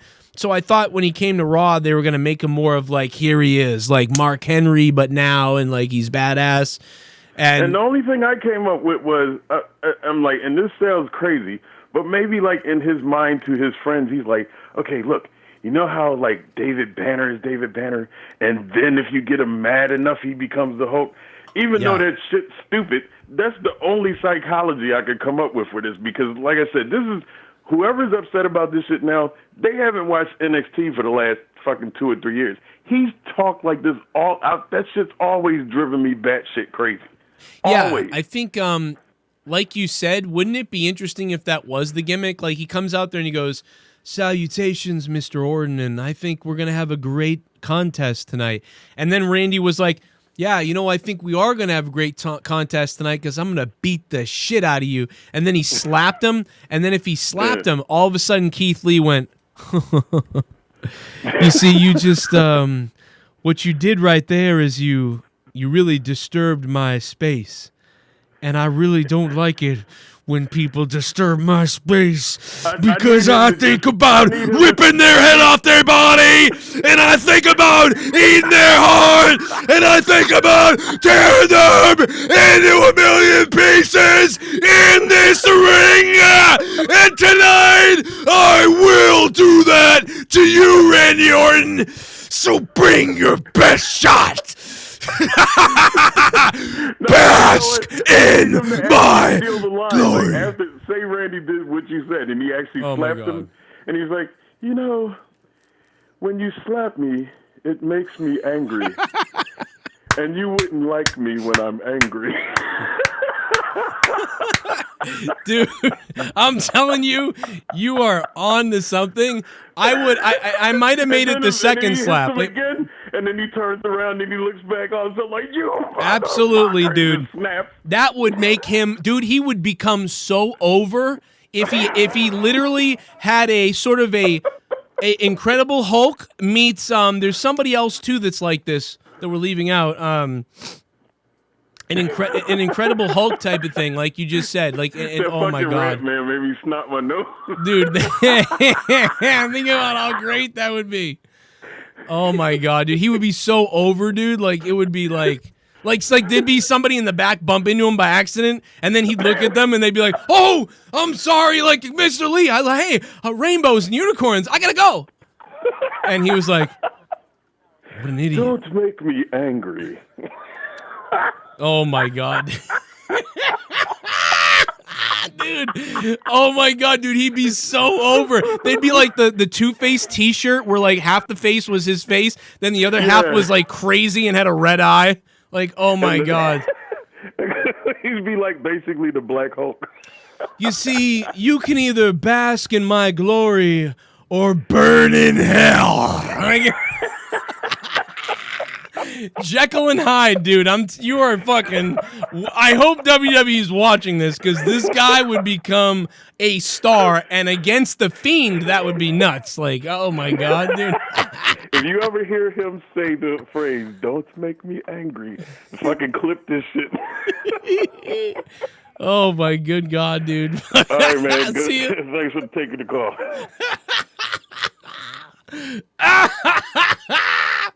Oh man, there's someone out there stealing that right now. You know,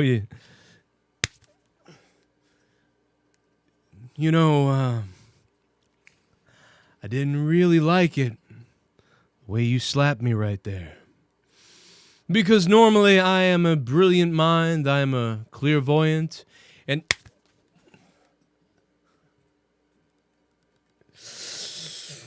why did you do that?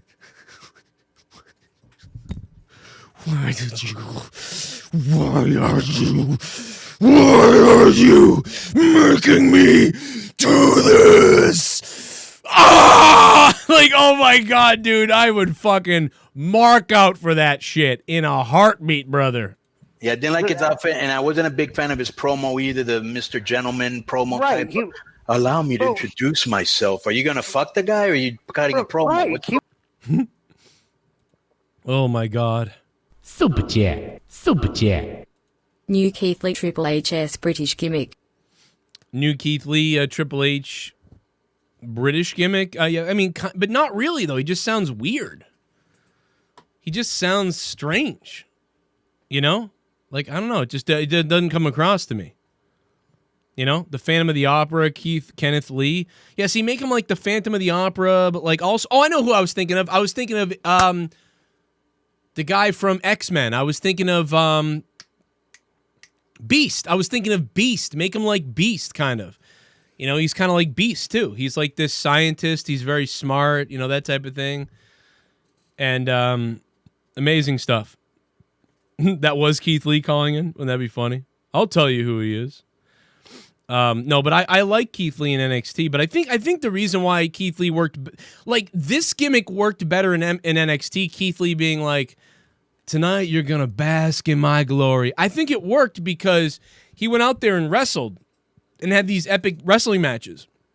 He had no shirt on. He seemed like a man and a badass, but he didn't need to be screaming and stuff like that. So like it worked in NXT because his elegance was part of the gimmick.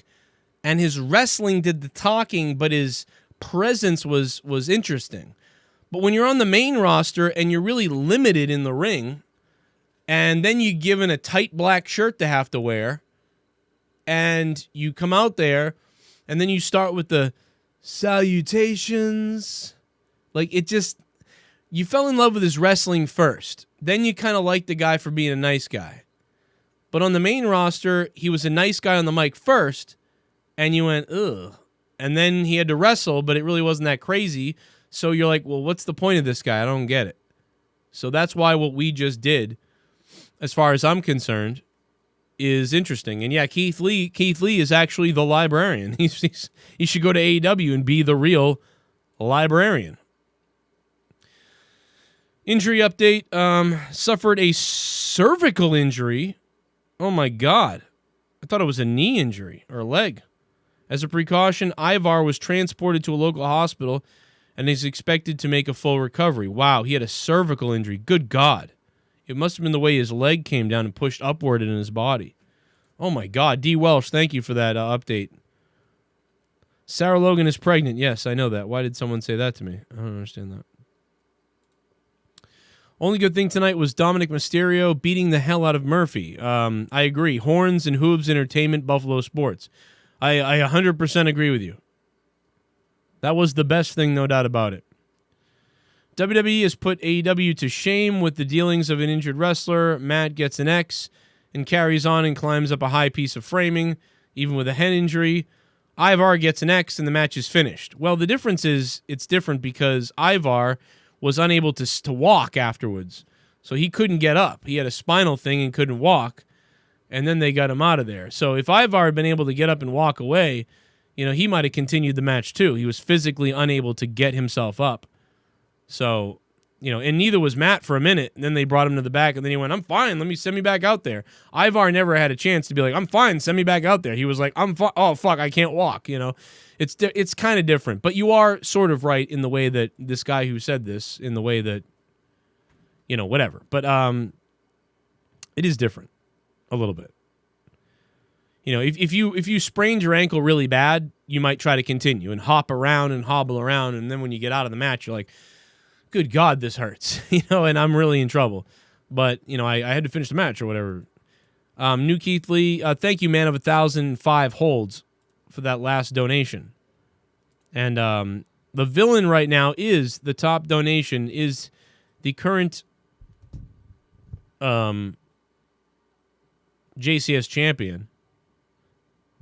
Let me go check out Instagram here, and let's try to pick someone out here for this championship.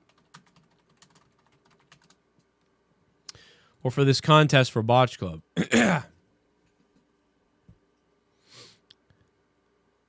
All right, we are on Botch Club. And as you guys know, Botch Club put my video up of me fighting the bear in the basement from way back in 2015. And you guys can go look at it. Let's see. Best caption wins. Authentic WWE 2006 John Cena t-shirt. I will choose the winner at 11 p.m. Monday night. We're choosing it right now. We're a little bit late because of me. Man, Jay Coleman with Leah Wake Up. That's hilarious. I kind of want to choose him already. Every aging wrestler's future independent career. That dog on the stairs was like, what the F? Vince versus CM Punk. And now Snickers presents WWE in Your House Underground. Little Jimmy's first win. Me fighting my uncle. What? To be fair, that stuffed bear did call that dude's mom a whore. That's pretty funny. Next week's WWE Thunderdome Newsmaker. Let's see. Ted 3 Grandma's Basement. That's kind of funny. Boiler Room Brawl 2020. Let's see if there's any other ones. Oh, there are. Here we go. Saturn School of Hardcore Wrestling. Come one, come all. Even you can be a winner here. That's pretty funny. We make movies. Vince McMahon be on the mat. That's really funny, dude. We make movies. That's great. When you try to piss in the dark and realize the seat was down the whole time. Dolph Ziggler selling. Come here, damn it. Come here, you son of a bitch. We now take you live inside Marty Jannetty's head.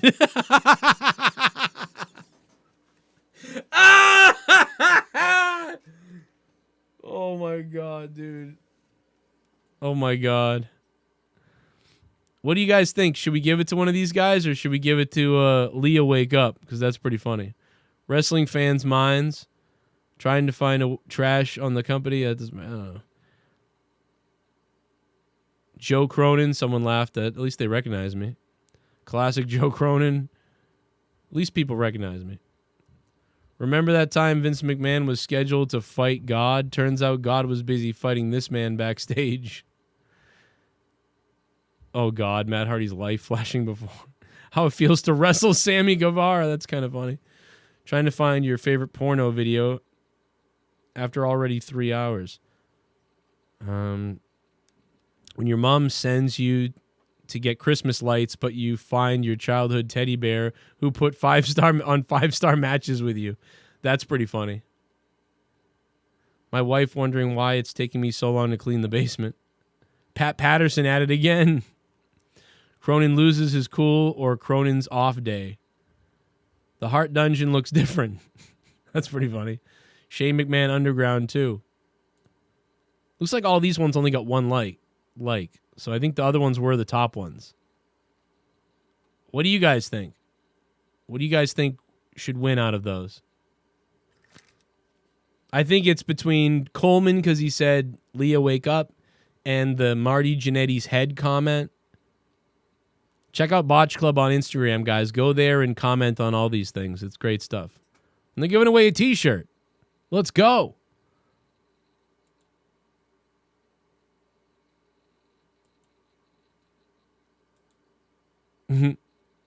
The Marty comment's pretty funny. That's some pretty funny shit.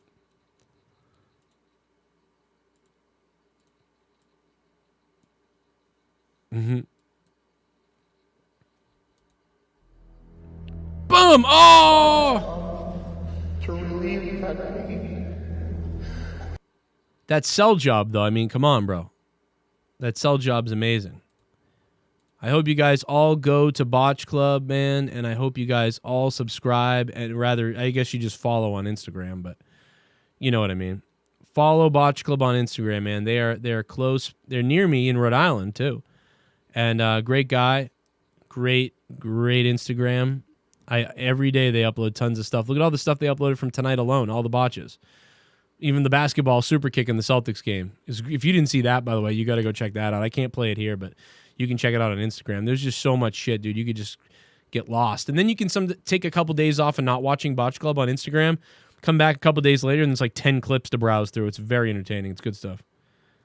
So what are we going with, man? I don't know. We Make Movies and Marty was the best, and I think that Leah Wake Up was also a good one because that was obviously a fan of the show and an inside job. So I'm gonna go with Marty Jannetty's head. Whoever said Marty Jannetty's head, I think that guy has to win. And I would say second place goes to We Make Movies, and then I would say third place goes to my buddy Jay Coleman. We screwed over the black man again. I'm sorry, Coleman.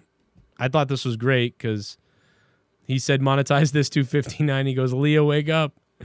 That was just a good inside one. Good inside joke. I even like that one actually already. Where's the Marty Jannetty one? Who said that? Because that was fucking hilarious. Oh yeah, it was that savvy guy.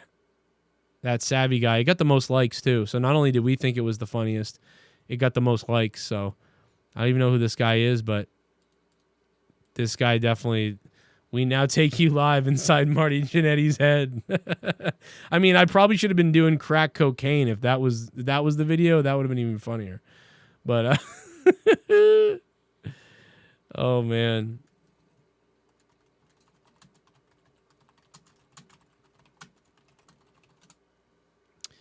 But if you want to hook up Jay Coleman or give him some love, I'd love you to do that too, because I really like Jay. Jay's a good guy.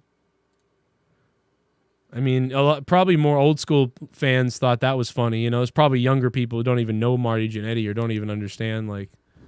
But that was really funny. I mean, you can just look up Jannetty now and you can know why that's funny. 305's on the phone. Hey, what's up? Hi, Joe. This is Anthony. What's up, Anthony?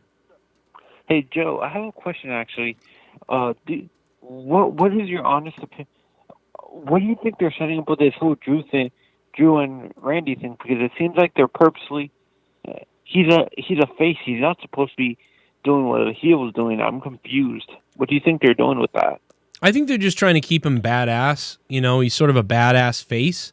You know, Randy Orton sent him to the hospital, so he's getting his payback here. So, you know, I don't think it's that. I don't think it's that bad. They're different. I really just think it's getting payback on a guy. You literally saw that at the end of the night with the Mysterios. They caned the shit out of a guy. They're all faces too, but they got their payback and caned the shit out of Murphy. So it's the same type of thing. And this is I'm not sure if you would agree with this, but I was talking to. Do you think Brock, the rumors of Brock going to AEW are true, or that's just total BS? No. He's just trying to get more money on Vince to resign. More money off of Vince. It's just academic. I mean, he's going to get more money from Vince McMahon by doing this. You know, I could because even Jericho said it. If Jericho said, if Vince knew that I was going to sign with AEW or that AEW was going to be a thing, Vince would have never let me go and he would have signed me for more. So, you know. And do you think he would have done that with Moxley too, or Moxley would have still left? I think I don't know. I think he might have. I think he might have left still, but it would have been tough because, you know, Vince would have probably offered him $6-7 million, and AEW's paying him $5 million. So that's his biggest contract ever. So would Vince pay $7 million? Probably not until he sees what's now happened. But hindsight 2020, if Vince could go back in time, Vince would sign Jericho, because if Vince could ever have a redo, Vince would pay Jericho $8 million. He'd probably say, listen, Chris, they're giving you $4 to $5 million. I'll give you $6 million. Come back over here. And then Jericho would say, yeah, you are, but I want to do something different.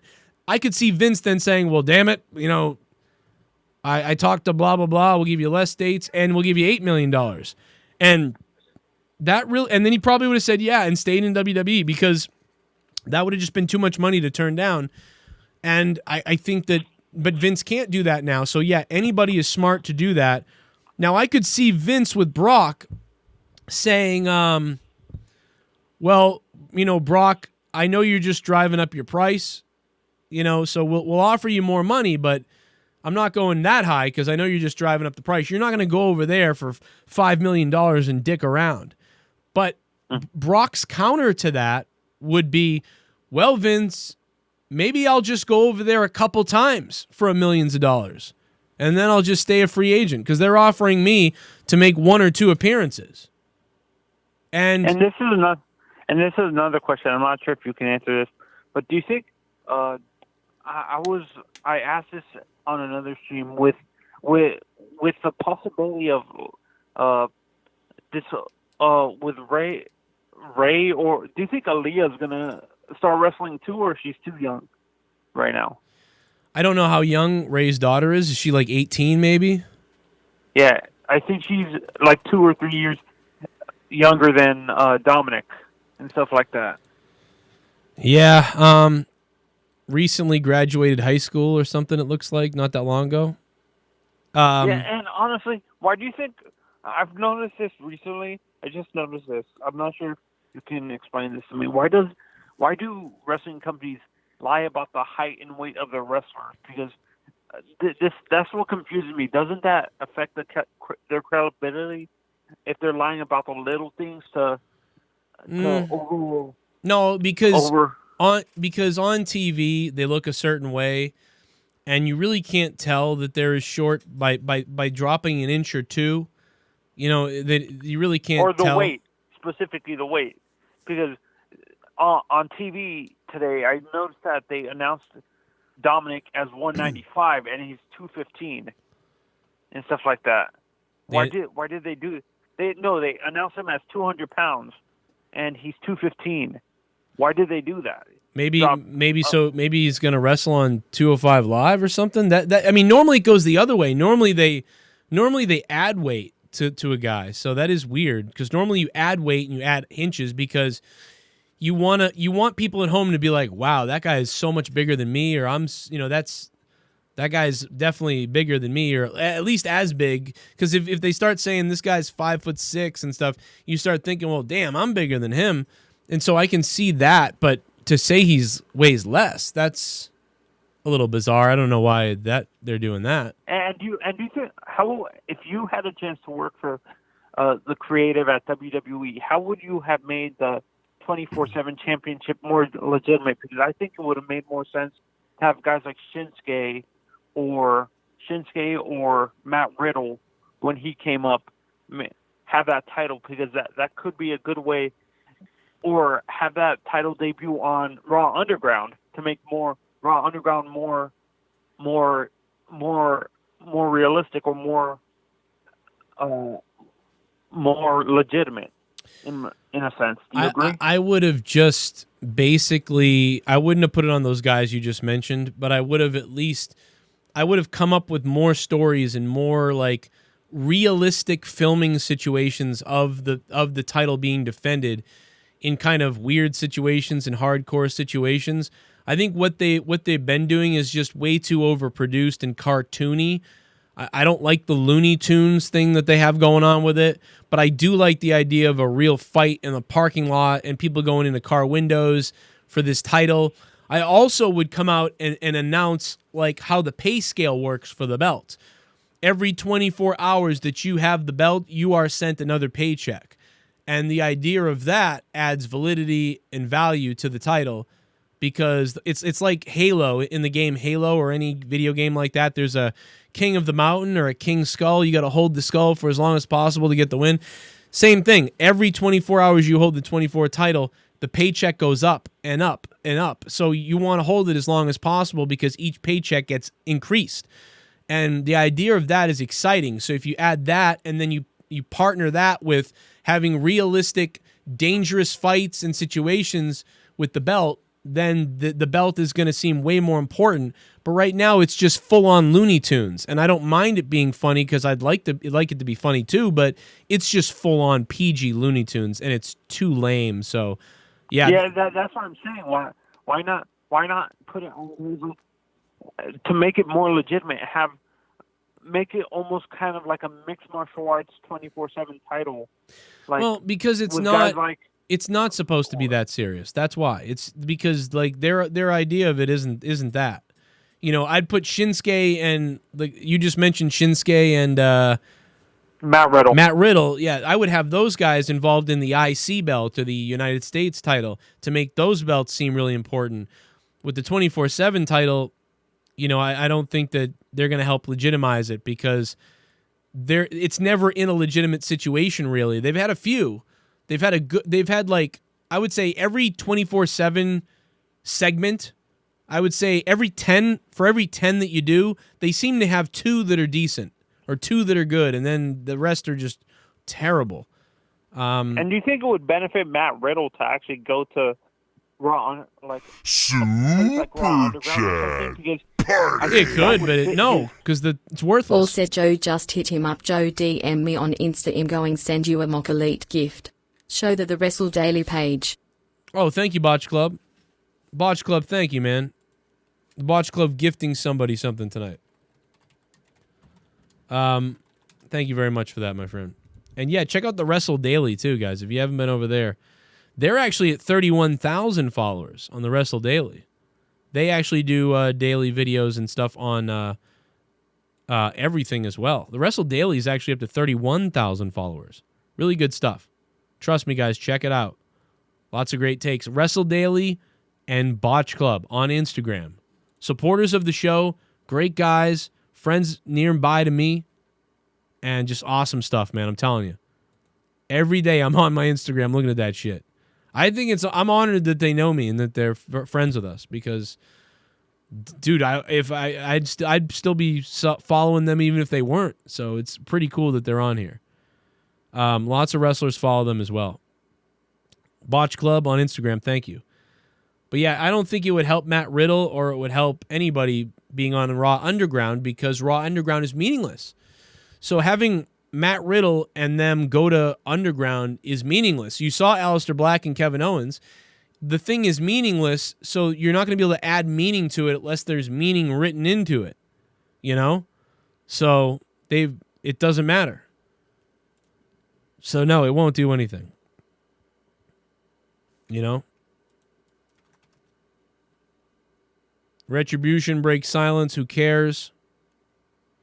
Just a garbage night on Monday Night Raw tonight. A garbage night tonight. If you guys can, hit that like button and stick the thumb up my ass. And a big shout out to the top donator tonight, The Villain. $35 drop. He is the JCS digital champion. Yeah, I didn't like his outfit, and I wasn't a big fan of his promo either, the Mr. Gentleman promo type. Allow me to introduce myself. Are you going to fuck the guy, or are you cutting a promo? Allow me to introduce myself. Salutations. The fuck? Ridiculous. Ridiculous. Yo. I want to say congrats and thank you to Jman from KC. He became the he became the King of the Wheel on Monetize This the other night. He dominated, bro. And he became the King of the Wheel. If he wins again this Friday night on Monetize This on Corrupted Nation, my other YouTube channel, he will be 3 weeks in a row and set a record. Shout out to The Villain, $35. And I'm going to be making the $25 producer tier credits tomorrow or the next day. So if you're not on there and you want to be shouted out, make sure you jump on the $25 producer list because I'm going to be talking about the producers all week. Also, Leah and Monica released episode 2 today of Talk Spooky to Me. Talking about like Hell's Gates all over the earth and everything. Crazy episode. 1 hour and 11 minutes. It's up now for the $5 patrons and up on patreon.com/Joe Cronin Show, or download the Patreon app to your phone or tablet or whatever. And you guys can download all thousands of all the podcasts that I do that you don't hear here on Joe Cronin Show, that you hear on Patreon only. 325 patrons are back again this month. Thank you guys. And this has been one of the most popular podcasts that we put on there besides the Corrupted podcast and a few of the other ones. But this one's been going crazy. So check that out if you missed it today. Talk Spooky to Me episode 2. And episode 1, it's the ladies tearing it up. Plus, me and Jake are going to have one for you tomorrow. And then Corrupted podcast will be back next week. Saturdays was weird. I'm sorry, man. I did not expect. I don't know, man. Jesse was not in the mood to talk. Junebug was like they were like both just quiet. It was weird. And it was really just me and Dave holding down the fort. Drew should be back. But yeah, man, if you guys really love the shows, I hope you check out Patreon, man. You'll help me out, and you'll get 30 hours of bonus content that you do not hear on YouTube. 30 hours a month. That's a shitload, brother. 30 hours a month. Yeah, I didn't like his outfit, and I wasn't a big fan of his promo either, the Mr. Gentleman promo. Right, type. Allow me to introduce myself. Are you going to fuck the guy, or are you cutting a promo? Right. Allow me to fuck myself.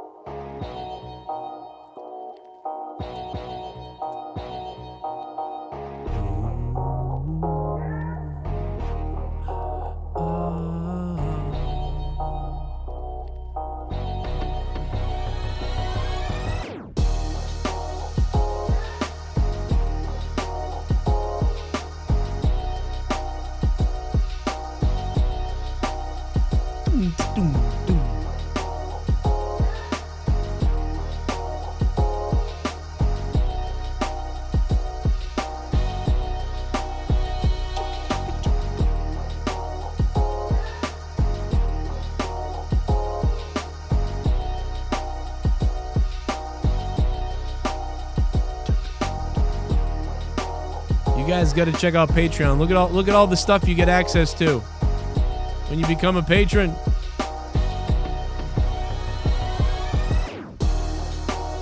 All these different shows. Monetize this audio. Bailey and Crone in the old episodes. Till Death Do Us podcast with me and my wife. Honestly with me and Tommy NC. 17 episodes and new ones coming.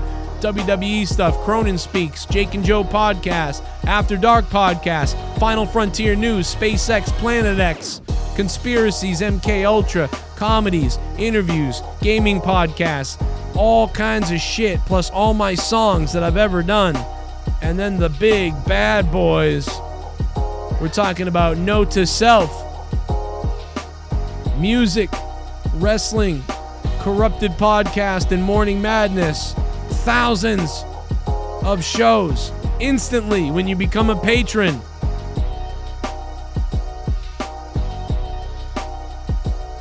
This beats the shit out of those bimbos only fans, let me tell you that. 321 patrons, and 33 of you are $25 producers and up. The Patreon is where it's at, and that's where we get naughty. That's where we do it. Naughty.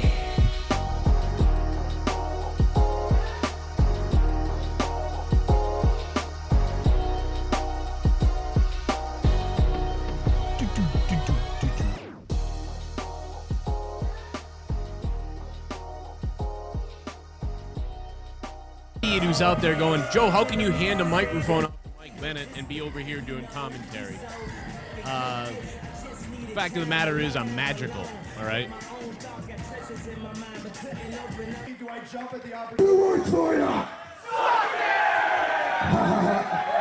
This is my dear loyal lieutenant, Brother Cronin. He's a good man. What's up, wrestling fans? We are live in Kingston, Massachusetts at Pins. This is New England All-Star Wrestling. My name is Joe Cronin. Wallace upstairs with a hurricane run. Wow. Showing that agility from the big man. That was actually pretty impressive. Here comes Wallace in the corner. Up and over he goes. Easily. Oh my goodness! Comes Wallace up the rope. He speared the hell out of Verna! And that could be in 1, 2, 3. No! The left hand! The left shoulder! The left shoulder of Mike Verna shot off the canvas. As now, look out down below! Oh no! Mike Verna moved! Thank goodness he did. He would have been road kill if Lawless had landed on him. Now, he's gonna take Mike Verna, escort him off the ropes. Verna catches him with a DDT, spikes the head. Lawless is getting back up though, and now Verna right back to work here. Oh! Fisherman suplex, he can hold it, 2.5. Now he can't pick him up. That's it, oh man. Lawless across the back. Mike Verna might have spent all his energy, choke slams. Look out. This is gonna be devastating, it is! 1, 2, and no! I can't believe that Mike Verna is kicking out of these things. A gem of a match. And now Mike Verna, look out! Can he hold him? Oh my God!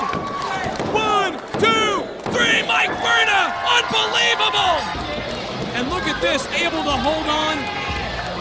And look at the back of the head of Rex. Knocked him out right there.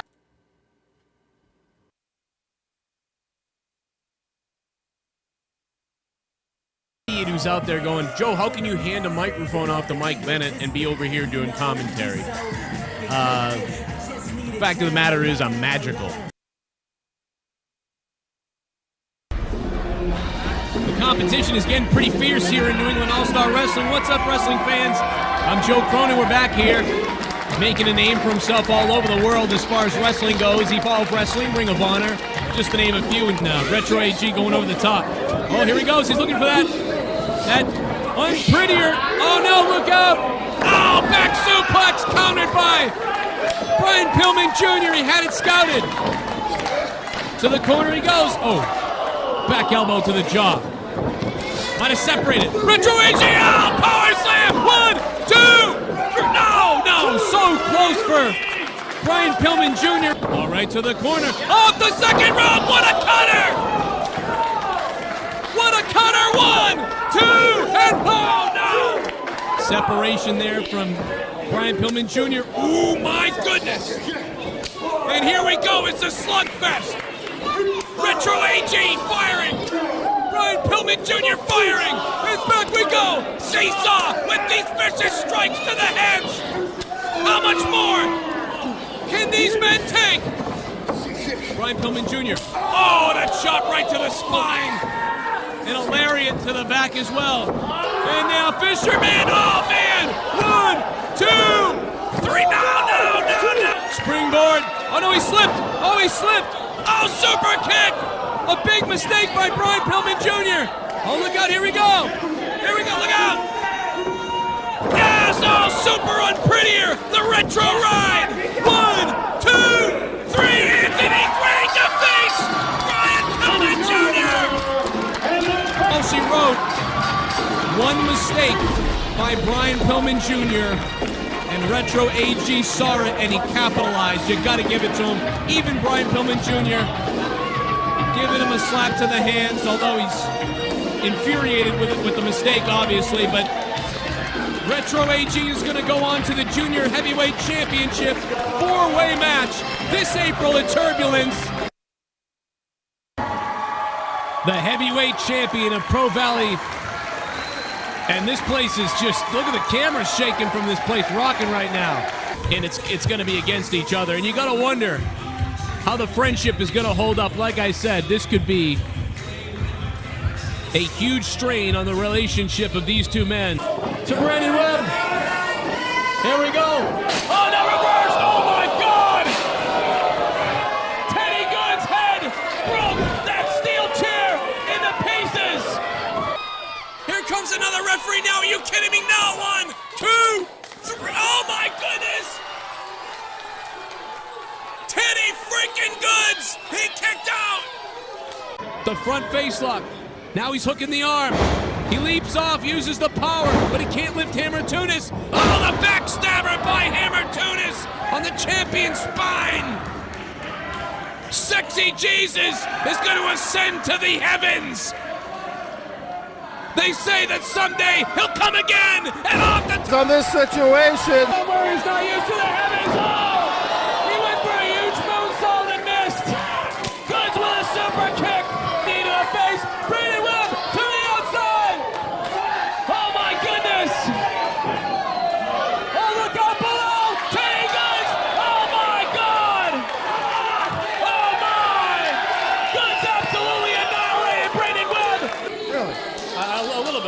that he's, you know, he's a go-getter. You can tell right off the bat. I mean, it's a little bit insulting what he said about Bob earlier tonight, but, you know, and I hope what he said doesn't happen, but, you know, make a name for yourself. Sometimes you got to be that way. Evans, caught him early. Oh, my goodness, the first fall! TKO Ryan can't believe it. He can't believe it. Luckily, he's got another fall that he can fall back on, so to speak. Here we go. And now Dunn shoving Goods away. Rolls up. Here we go. Big time cutter in the middle of the ring. 1, 2, 3. Oh my goodness. Oh my goodness. JT Dunn. So close to winning the match. He almost became the top rope heavyweight champion. Oh, Casa! Oh my God, he's doing that fireball, and then he hit him with the helmet. The Devil's Reject into the casket. He's taking the casket, he's shutting it. Casca closes the casket. Cut by Denny Miles. Chris Escobar just with a low blow, I believe, on Kenwood. Referee's in the inside of the ring, though. Over the top goes Wagner Brown to the outside. Miles. Wagner Brown follows it up. Suicide dive. Then Teddy throwing Webb into the corner. Here comes Webb. Look out, back body drop. Oh my God! Oh my goodness! Holy crap! Oh my God!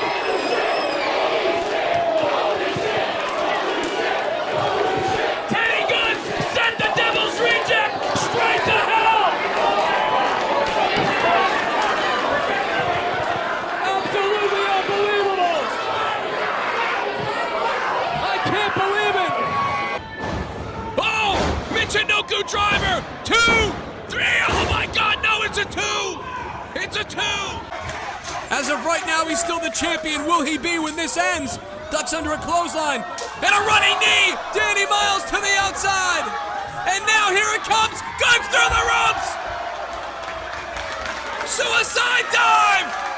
By Teddy Goods! Nico Silva got the upper hand for one. What in the world is Ryan Waters doing right now? What in the world is Ryan Waters doing?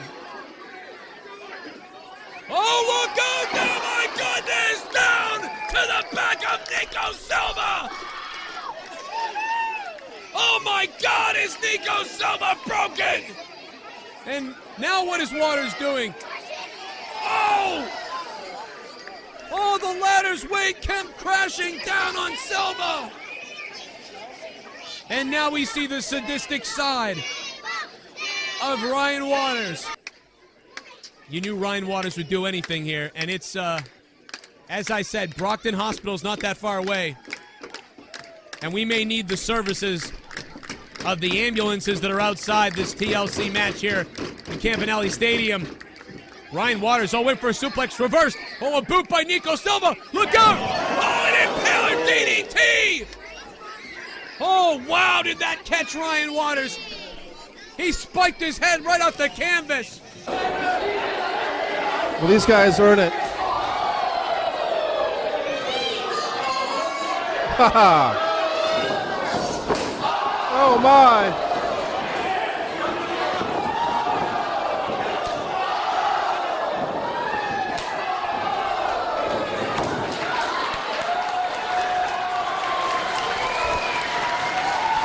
Whoever can capitalize. Here comes Nico Silva. Oh my goodness!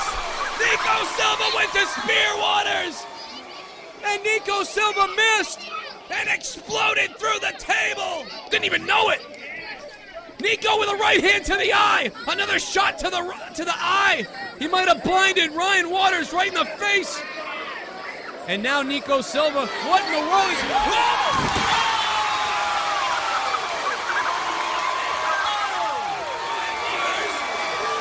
Being set up right to the buckle by Goods, whose lower back, he's in pain, he's been caned in the head, and he won't give up. Here comes Goods. Outside the ring. Oh my! 7 count coming. Look out! Oh my God, no! That might have broken back. Holy crap! That might be, he might be dead. This place is on fire right now!